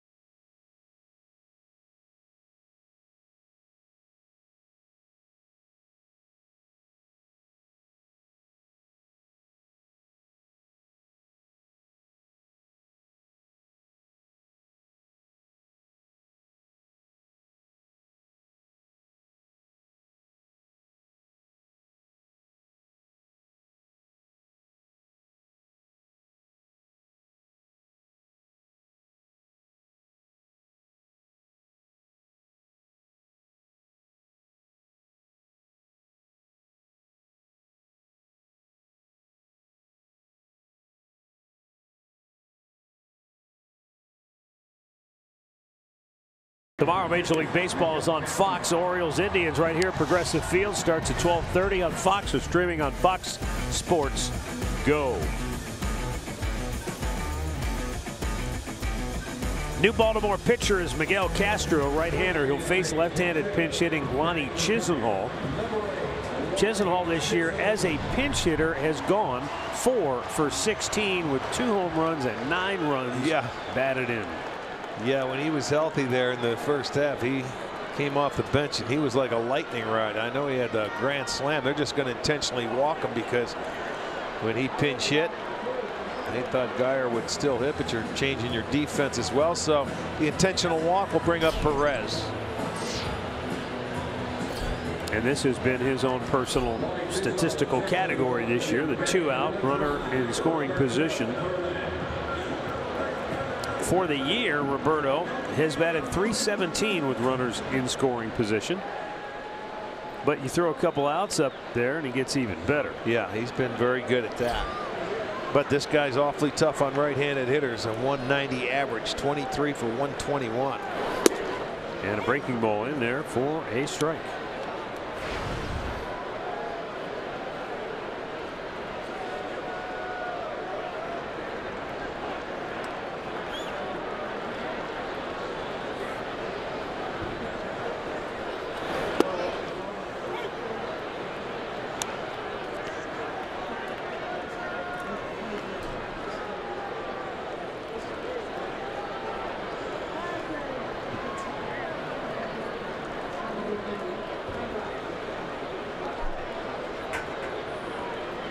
Now the 0-2.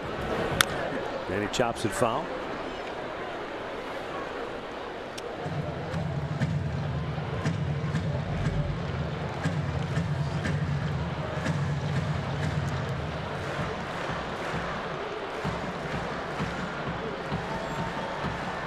Came into the game with a batting average of an even 400 over his last 11 ball games. Takes up high, 1-2.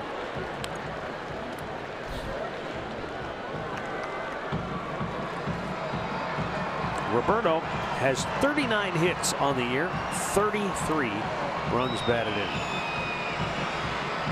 Trying to deliver another clutch 2-out RBI hit.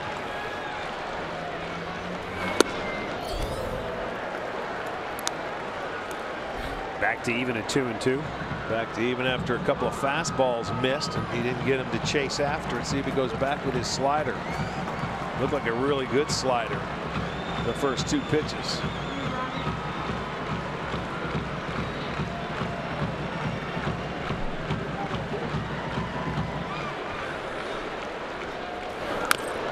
And he hung a breaking ball, but it was a little high, and Roberto ends up fouling it off.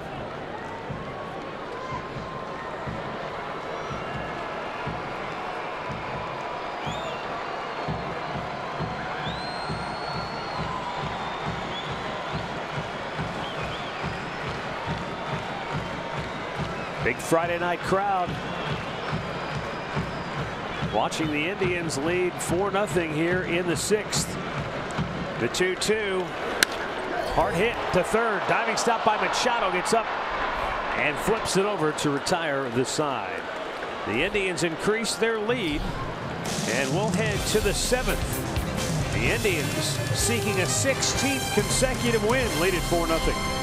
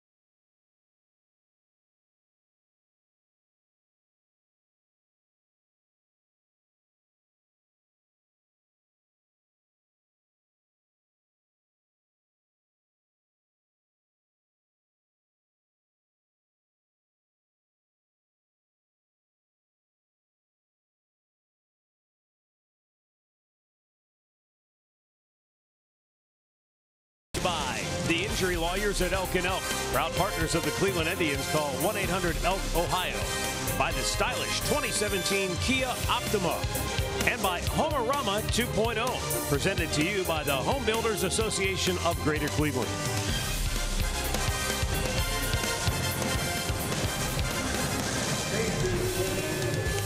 All right, back here in Cleveland as we roll on to the 7th inning tonight. Host of changes to tell you about. First, center of the diamond, Tyler Olson will come on and relieve Mike Clevenger, who went 6 2-hit shutout innings tonight. Walked 3, struck out 7. But after 98 pitches, his night is over. Lonnie Chisenhall comes in the ballgame for Brandon Guyer. He's in left. Bradley Zimmer comes in for Austin Jackson. He takes over in center field. And Giovanni Urshela is now at third.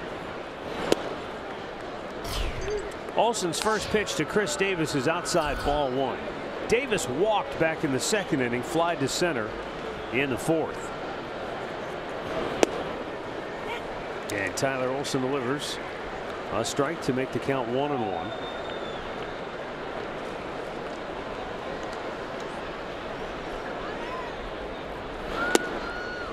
Olson's done a dynamite job on the season. Left-handed hitters 4 for 23 against him.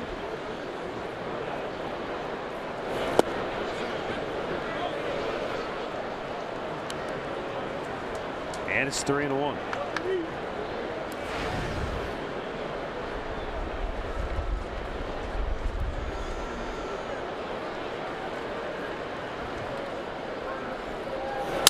Smashes the bat, and it's caught by Urshela for out number 1. The barrel ended up out to the right of the pitcher's mound. Yeah, right off the end of the bat. Now, I mean, you couldn't have placed Urshela at shortstop any better for the ball off the bat here of Chris Davis. You can see it just shattered out there off the end of the bat. So he comes back, makes a good 3-1 pitch, and gets the out.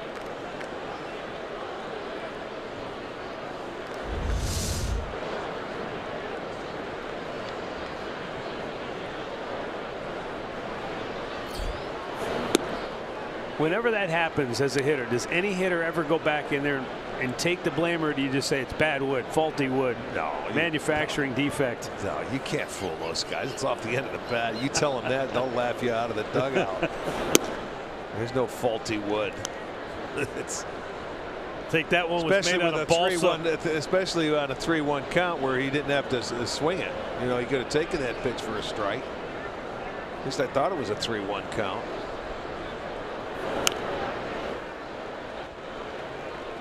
One ball and 2 strikes. They count on Big Mark Trumbo, who has grounded out, struck out tonight.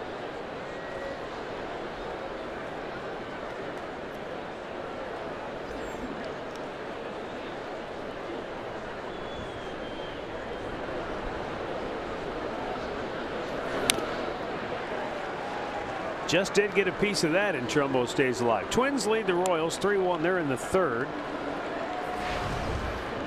Brewers, they're fighting for their playoff lives in the NL wild card race. They're out to a 2-0 lead over the Cubs at Wrigley. They're in the 3rd inning over the National League.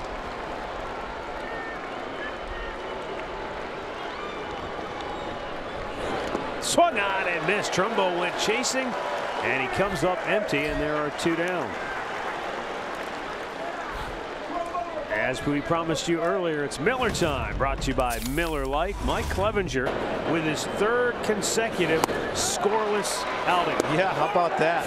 Going 6 innings, allowing 3 hits. They turned a double play here and really settled in. So it seems like he's going out there, and with every start, he's getting a little more confidence every time out. In the air to left. And Tyler Olson breezes through the 7th inning. It remains Cleveland 4, Baltimore nothing.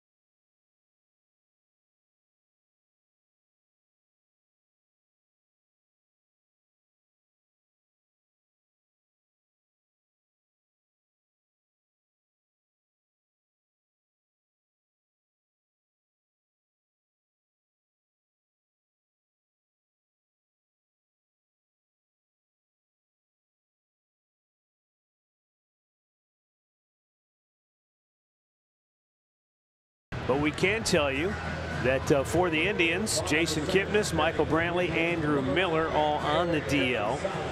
Saw Kipnis on the field today, saw Andrew Miller out on the field today, and Andre Knott has more on that. Well, with Andrew Miller, it looks like they're going to try to get him 2 more simulated games, guys, in the next couple of days, much like what they did today here at Progressive Field before batting practice. First ball swinging, chopped up the middle, cut off, and Beckham throws out Gonzalez by a whisker, 1 down. And here is Miller today on the mound, pitching it against and throwing against Jason Kipnis. They feel like if they can do 2 more of these in the next 4 to 5 days, then activate Andrew Miller. And then he told me after throwing, he says his knee feels much better, much stronger, and he feels if he can get 4 to 5 outings before the end of the season, he'll be in a good place. Now, Tito said that may not be what he gets. They'll try. They don't know it, but that's the game plan going forward. Andrew Miller getting 2 more simulated games as they did yet today, and then try to get him in as many games as they can as the season wraps up, probably middle of this homestand. Jason Kipnis, I'll tell you about after this pitch. Kipnis is close as well, but the problem they're running in with Kipnis and Brantley, there's no more minor league games. Brantley still isn't able to come on the field and run. He's still running on that device that they have in the back. Whatever you want to call it. I was waiting for you. I was waiting. Go ahead. There's a couple what things do they call that device? It's a nice device that they have that's going uphill, but it's not on the ground. There's a base hit. I'm going home. Francisco Lindor singles with 1 out here in the 7th inning. But what they will try to do with Jason Kipnis, maybe in the middle of next week, is try to get him some simulated games as well. Use the Moramondos and some of the guys that are down in the bullpen to throw to him. But after that, Terry Francona was very honest with me. He doesn't know exactly how he'll be able to get Kipnis and Brantley going. They're going to do their best they can. But with 3.5 weeks to go in the season, guys, it's a little bit playing with the guys that you have, and trying to get guys healthy is tough with no minor league baseball games. That's the bottom line, Andre. You can't send them out. They can't get any action. It is very difficult to get them. You can't simulate a game. You know, I mean, you can to a certain extent, but it's not at the speed or the level of a Major League Baseball game. So it is hard to get these guys work.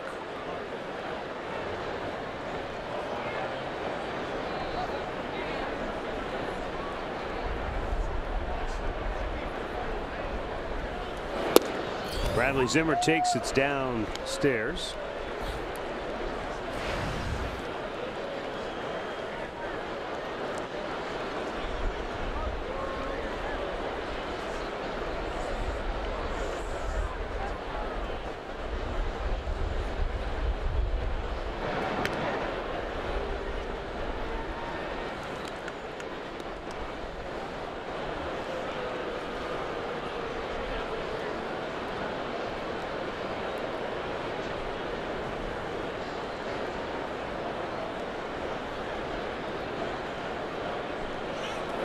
Runner goes, pitches down low, the throw, safe. Yeah, he got in there. The hand gets in there. And I'll tell you, Joseph made a good throw from behind the plate. It was right on the money. Lindor had a nice jump, and he just beats it out. He's open, heads down, never peeks back. Going head first, watch the hand hit, and then the tag comes around the elbow. So Frankie will get his 13th stolen base. 13 out of 16 on the year now for Lindor. He's in scoring position for Zimmer.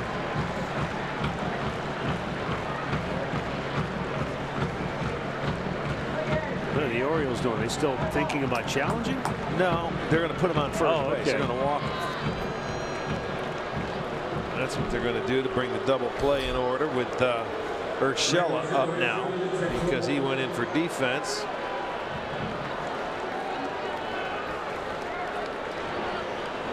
First and second, 1 out.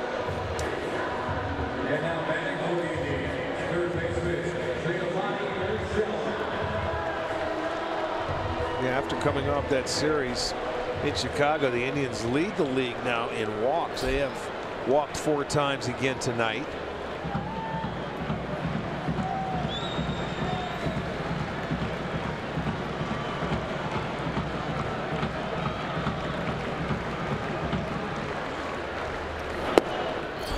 Urshela came on for Yandy Diaz, who, by the way, now has 10 hits in his last 30 at-bats.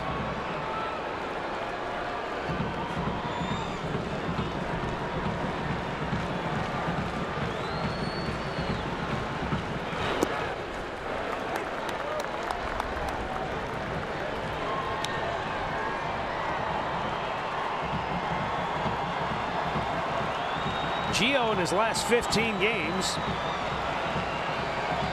batting .303 with 8 runs batted in, including 3 doubles. Trying to deliver a knockout punch here.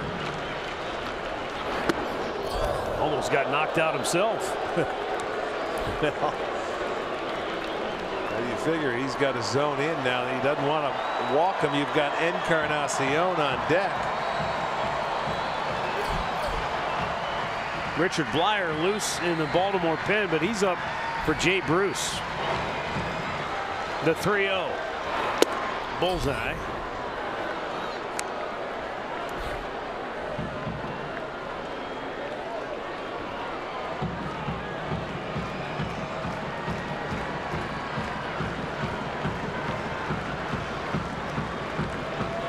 (3-1).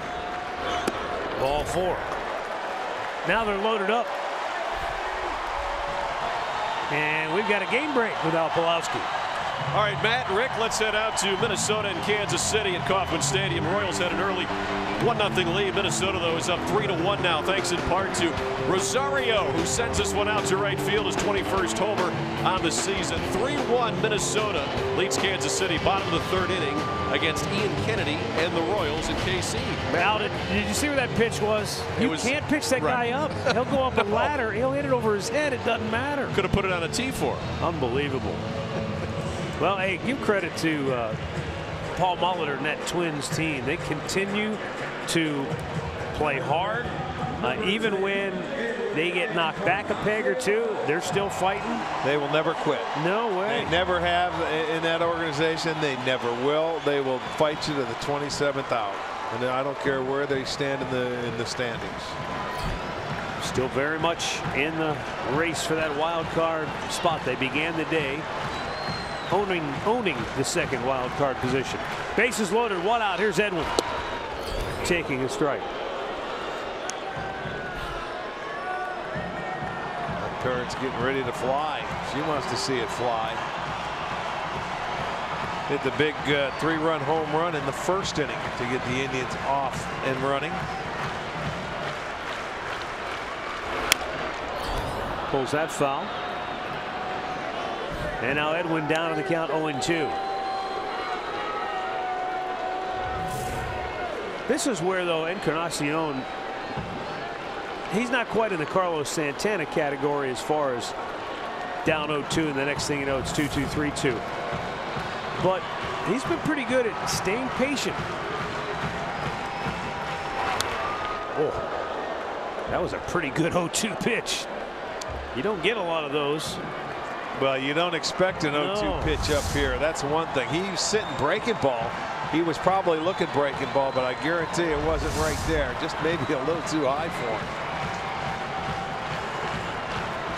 him. Miguel Castro delivers the 0-2.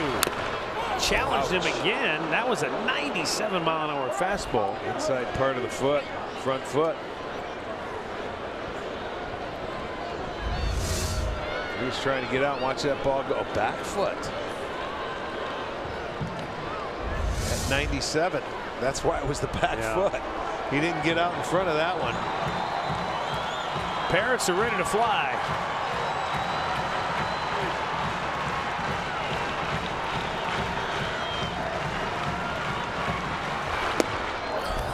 I'll tell you what, Miguel Castro, he kept going right at him, and eventually strikes him out with a good 97-mile-an-hour fastball. And Buck Showalter will go back to his bullpen now as he wants Richard Blyer to come on and face Jay Bruce. Bases loaded, 2 down. Indians up 4-0, and we'll be right back.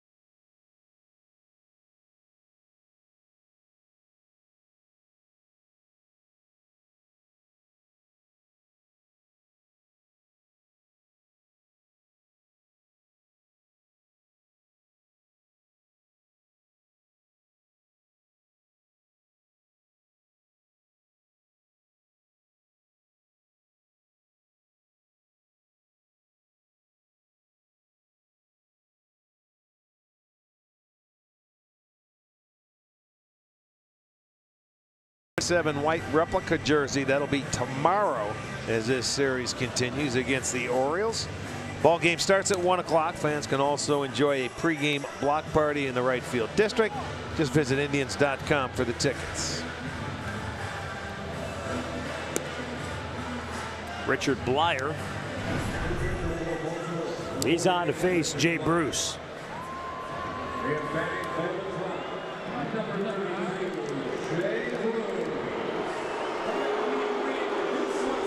Jay Bruce 0 for 3 tonight. Has struck out, flied out, grounded out.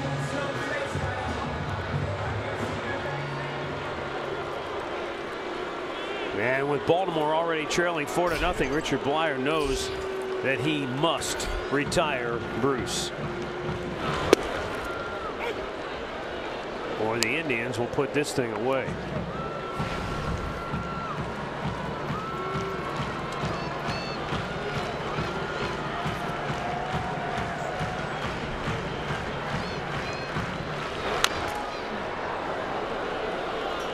Jay has flirted with a home run a couple of times tonight. 4th inning, he had a good swing and a pitch and just missed it. Popped it a little bit up and it died out there in right field. And then in the 6th, he hit one right down the line. It just went foul in front of the foul pole. Up the ladder he went. It stays 0-2.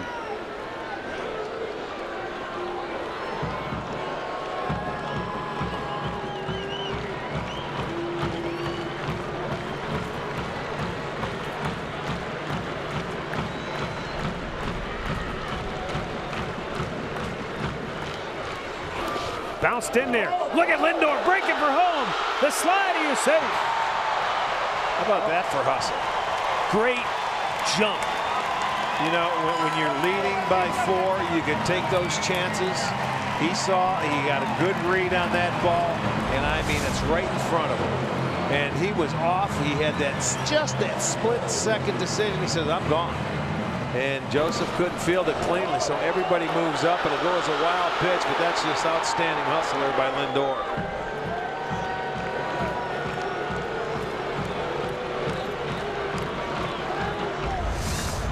Now the 1-2 pulls it foul.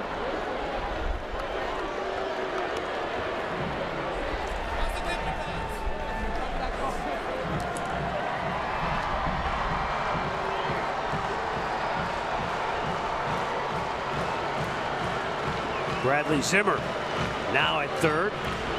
He'll do the same thing if it happens again.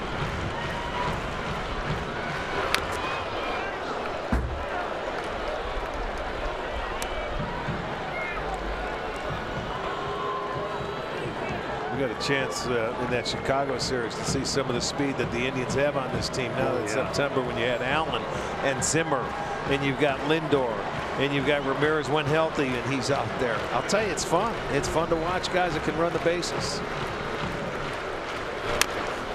Another fouled off by Jay Bruce.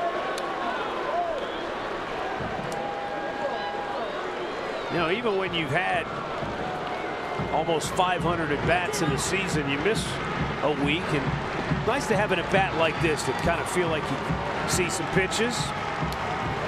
Yeah, after missing the time that he missed. But the strikeout eventually ends the inning. However, the Tribe adds to their lead, and it's now 5-0 Cleveland as we go to the 8th.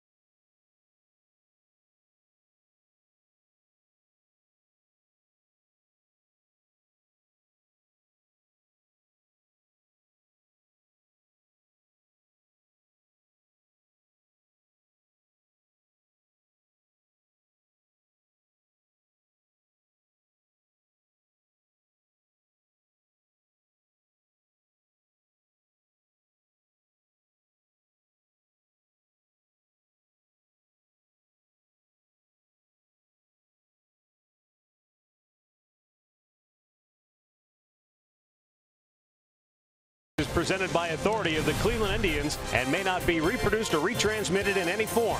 And the accounts and descriptions of this game may not be disseminated without the express written consent of the Cleveland Indians.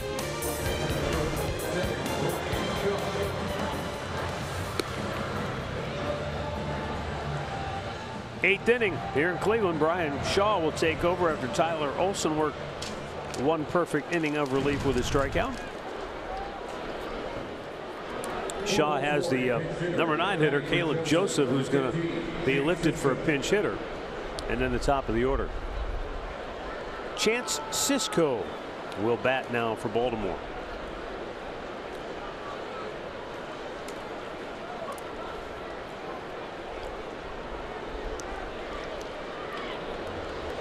That's a baseball name, huh? Chance Sisco. Used to be a Galen Sisco. Yeah. He was a pitcher and pitching coach.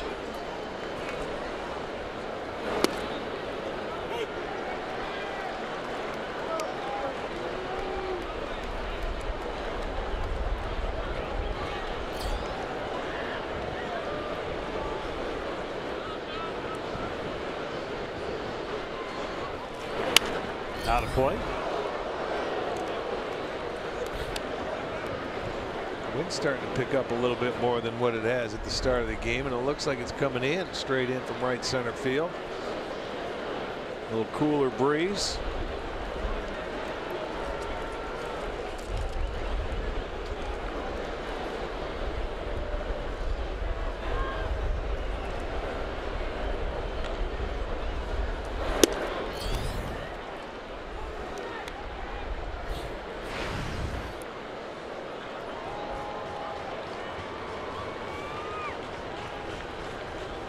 Chance Sisco's numbers at AAA.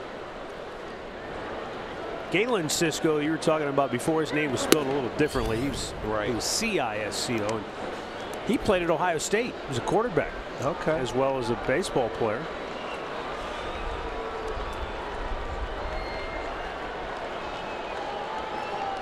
I'm sorry, he was a fullback, not a quarterback. Fullback / linebacker / pitcher. Went both ways. He was offense, defense, did it all. I remember him as a pitching coach, though.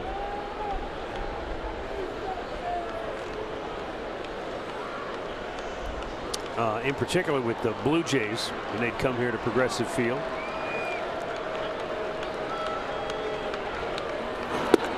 Got him looking. Sisco is retired for out number 1. Brian Shaw gets the strikeout. It looked like it was a good pitch down and away. And there it was, right on the outside edge. It gets the call. A little cutter.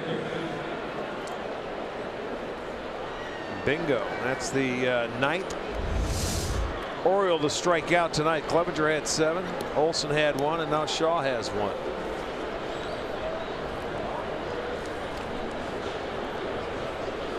Tim Beckham.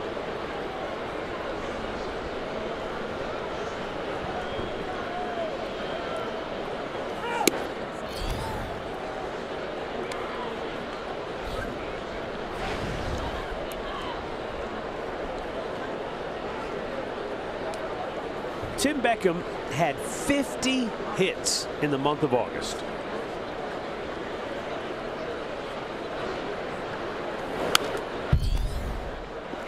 And only Cal Ripken Jr.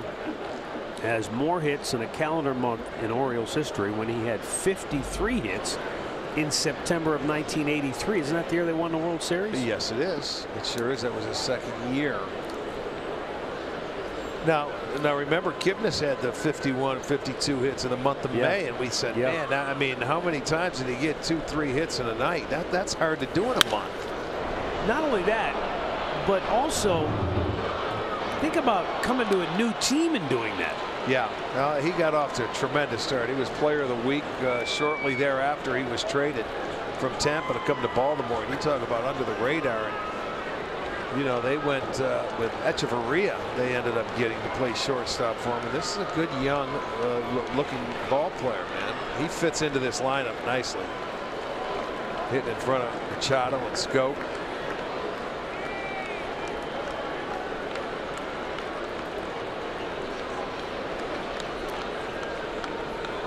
The 1-2. Oh, he's out looking. Brian Shaw punches out a pair.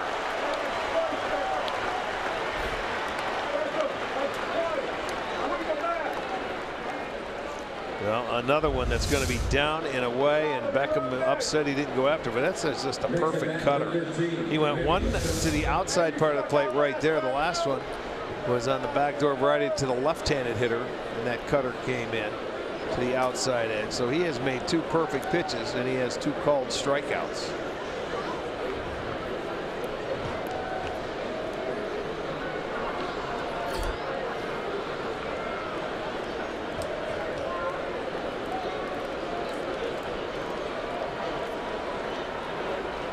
Manny Machado.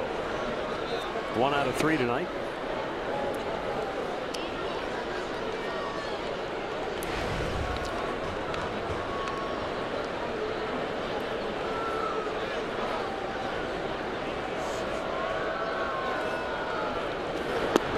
A little low 2-0. I don't know that I'd necessarily call it a record, but I can't imagine anybody has ever had 50 hits in their first month with a team. Well, if they did, that's hard to believe. Because most guys, your first month with a team is when you're just coming up for the first time. And most guys, when they get traded, it's either in the off season, so you're talking about the first month of the season, or you sign as a free agent, so it's the first month of the season, or it's right in the middle in a trading deadline scenario. Very hard. Gotta be tough to do. Rare indeed. 2-1 pitch. Machado bounces it to short. Lindor scoops it up, flips it over. Got him. Brian Shaw with a 1-2-3-8. 2 perfect innings of bullpen relief for the Indians. Bottom of the 8th coming up 5-0 Cleveland.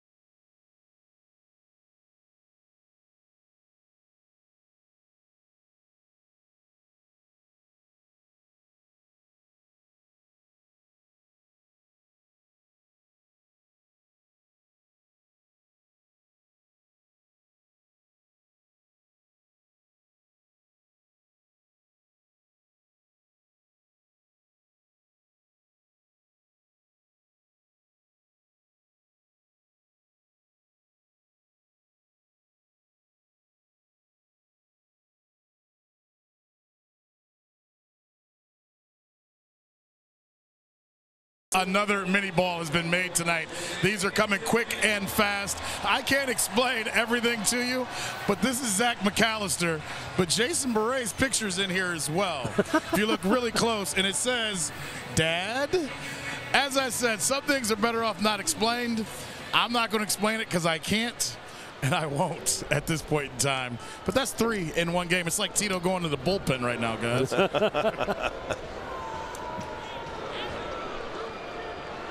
Well, here's Carlos Santana leading off the home half of the 8th. 2 hits and a walk tonight and an RBI. Mr. Second half continues to sizzle.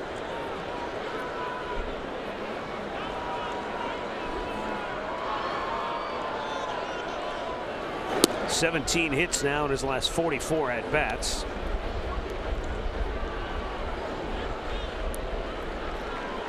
Now 584 career runs batted in.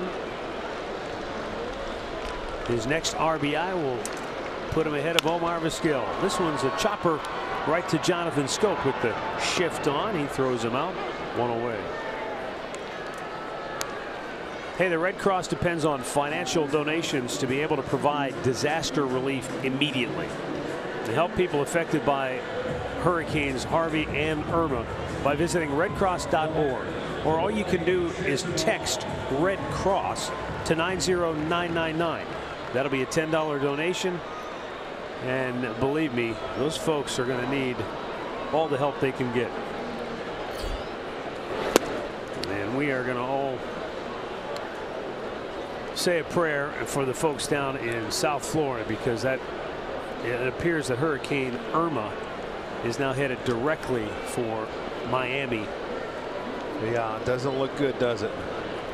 They have tried to evacuate everybody.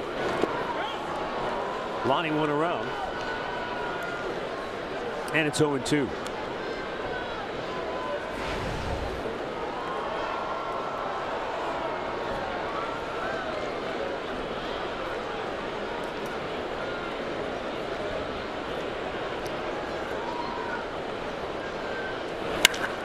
Oh boy. Deep center. Back goes Adam Jones, and just shy of the warning track. That wind you talked about that picked up may have knocked that one down a little bit. I don't know that it still would have gotten out of here, but he put a good swing on it, hit it to the big part of the yard, and there are 2 down, and Buck Showalter wants to make another pitching change. So timeout here in Cleveland with the Indians. Wait a minute, has he made the move yet? Yeah, he did. Oh yeah, when Buck goes out, it's done. It's a done deal. We'll be right back.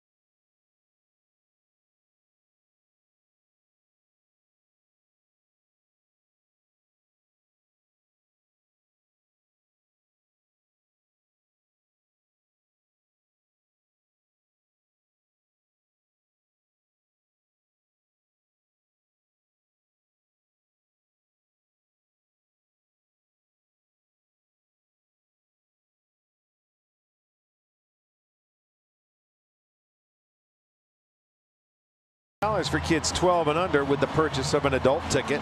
The seats are located in the family deck near the kids clubhouse and are only available at indians.com/kids ticket.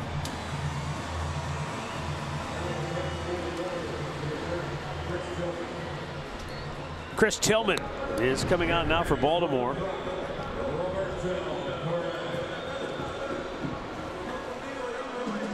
Been a starter all year long. Not a very good one at that. No, he's had his issues this year. He's had a tough time. I remember when he started the game against us back in Baltimore, he could not get to the pitch inside, you know, to the glove hand.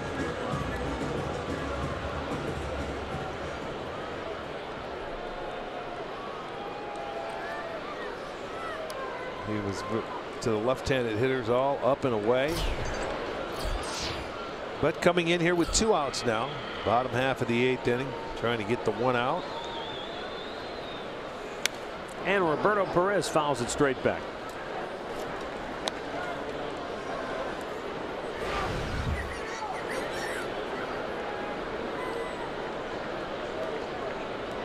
Indians Indians right now staring at another shutout.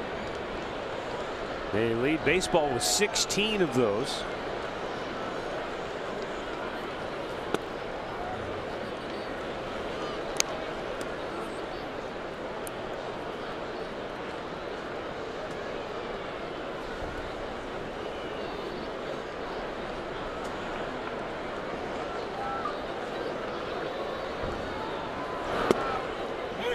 Carlos Carrasco came within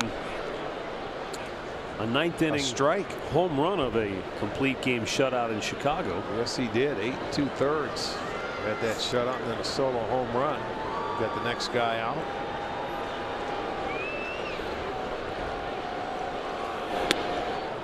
Inside, he missed 2-2. But Carrasco with 14 wins, one behind Trevor Bauer and Corey Kluber for the team lead. Down low.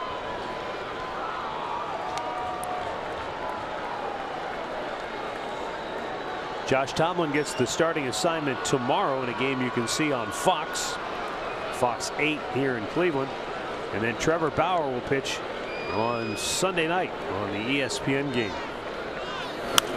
Popped him straight up, back out of play, I do believe. Yes.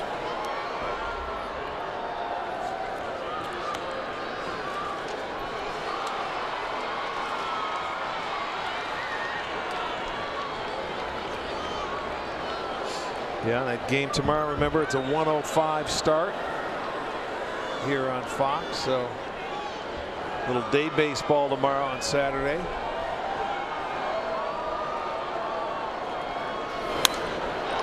High fly ball, left field. That's foul too. And that's going to get out of play.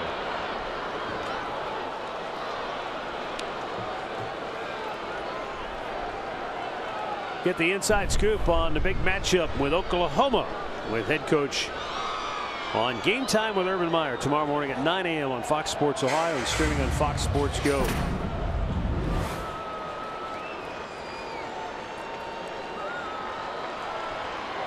Two down in the ninth, and Roberto Perez with a 3-2 count.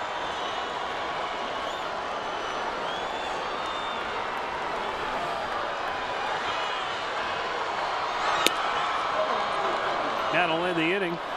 And we'll go to the ninth with the Indians 3 outs away from a 16th consecutive win.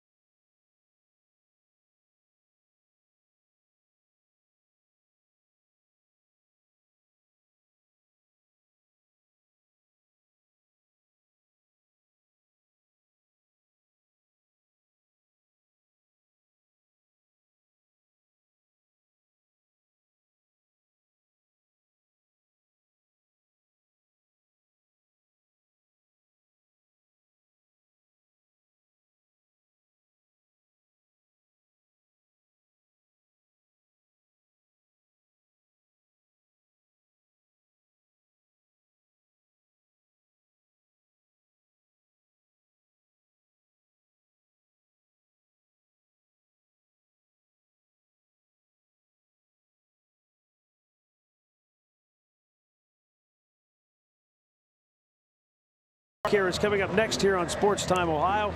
Alan Jensen will break down the ball game for you, and sure they're going to take a long hard look at how well Mike Clevenger pitched in this game here tonight. Third consecutive scoreless start for Clev. 2 hits of shutout baseball over his 6 innings of work. Andre Knott will talk one-on-one with Clevenger after the ball game, so stick around right here on Sports Time Ohio. Pat O'Brien Chevrolet play of the game.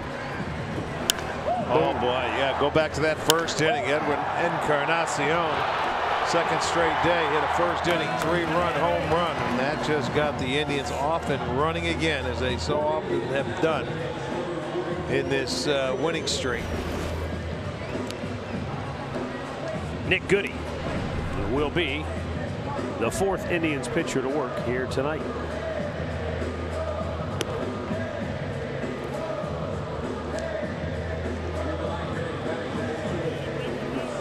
And Goody will have the 3, 4, 5 hitters due up for Baltimore. Jonathan Scope, Adam Jones, Trey Mancini. You know, a little different opponent tonight, Rick, than, you know, say the last couple of series where, let's face it, the Indians were playing teams that were obviously looking to the future in Detroit and in Chicago. But this is an Orioles club that came in here very much alive in the wild card race. Baltimore right behind the Angels, just 2 back of Minnesota for the 2nd wild card position. But the Indians using a familiar formula here tonight. Jump them early, good starting pitching, let the bullpen take over. They also added on to that lead. They added a couple of, you know, single runs on. One was, you know, a wild pitch where Lindor hustled his way in to get it to 5, and the little things where they play very aggressive. Goody with a 1-1 and a foul right back. Good rip by Scope.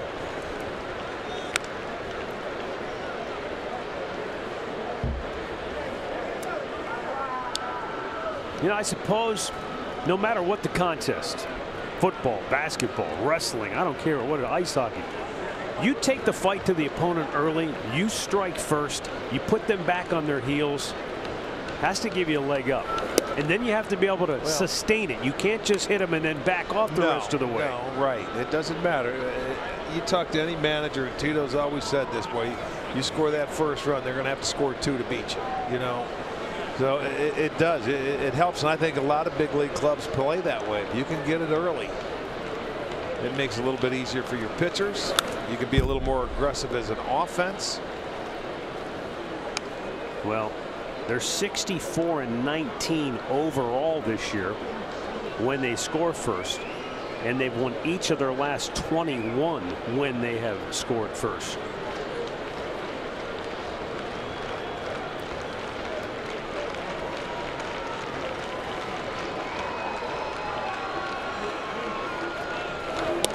Did he go? They appeal. He gone. 1 down.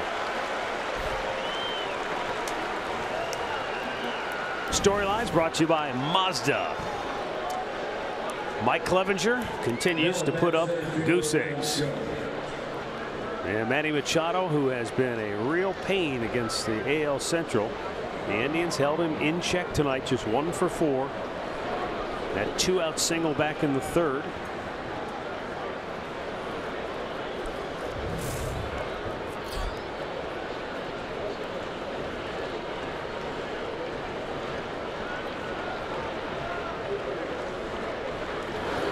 Once again tonight, too, the defense has been solid. Not necessarily spectacular, but they've made every play. And that double play they turned in the 2nd might have been a big boost for Clevenger, because Adam Jones, the leadoff man, drew a walk. But before he could even get settled as a base runner at first, Trey Mancini grounded into a 5-4-3 double play.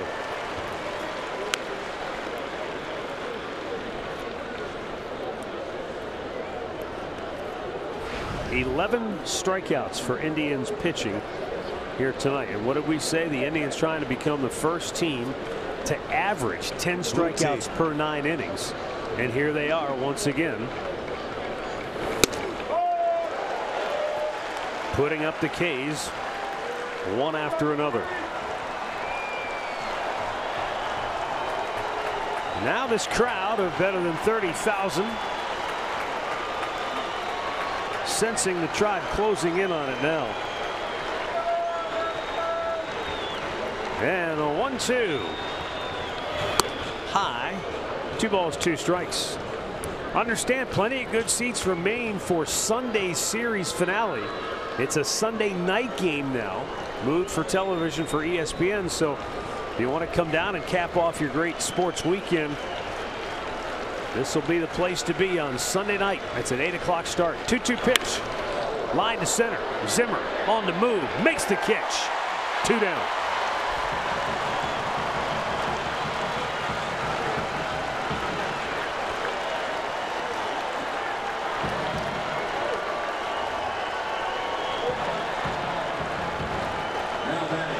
Everybody up.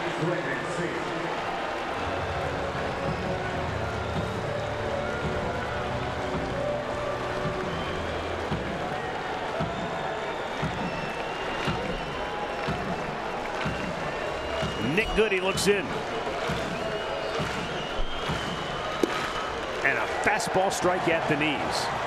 You know what's been crazy too? A lot of these games during this streak period, a lot of them haven't been close. There have been a few, but no, they've been outscoring their opponents 4 to 5 to 1. Blew it by him, and it's 0-2.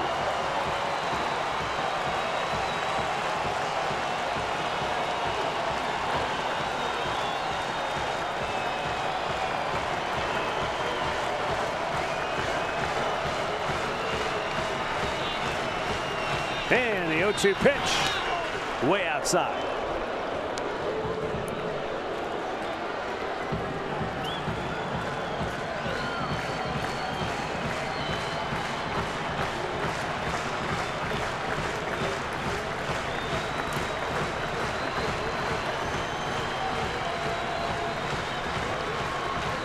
Goody ready now. Here's the 1-2.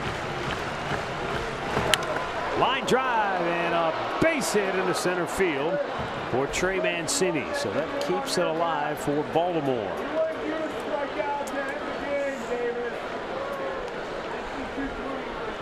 It's going to bring up Chris Davis, who has walked, flied out, lined out.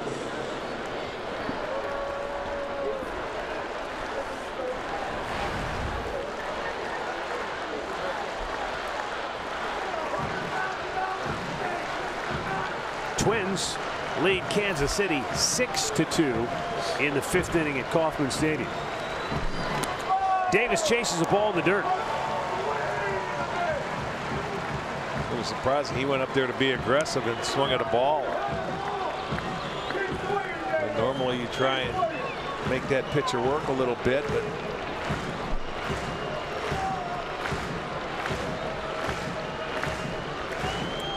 Tribe has the infield shift on. 3 to the right side for Davis in the dirt. And Perez did everything he could, but the ball in the dirt bounces away from him.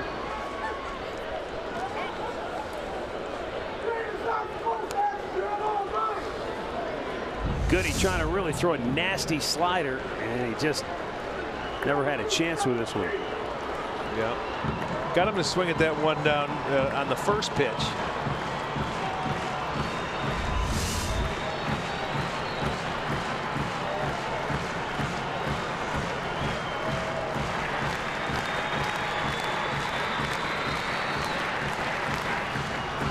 This crowd hasn't had many opportunities to cheer the local 9. 22 of their last 29 have been on the road, but opening a 10-game homestand here tonight.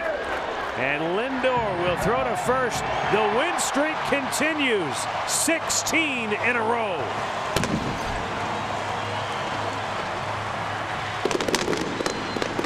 The Indians reduce their magic number to 11. For a second consecutive AL Central crown. 5-0 the final score here tonight as they take the series opener against Baltimore. Mike Clevenger the winner. He's now 9-5 and he's off to 3 consecutive scoreless starts. Well, Matty, they come back. They did the same thing they've been doing all along. They score early. They turn it over to a pitcher that throws some shutout innings. Clevenger, his 3rd straight game where he's gone 6 innings and is not allowed to run. And they add on later, and they end up winning again for the 16th consecutive game. All right, so with the 16th consecutive win now, this list gets a little shorter since 1936 now. Now we're going back a little farther. There's the longest winning streaks in baseball. Not many left on the list. No, there are not. So the Indians are now 65-19 this year when they score first. And how about this? When they lead after just 2 innings, the Tribe is now 47-7. Wow. We're back with some final thoughts right after this.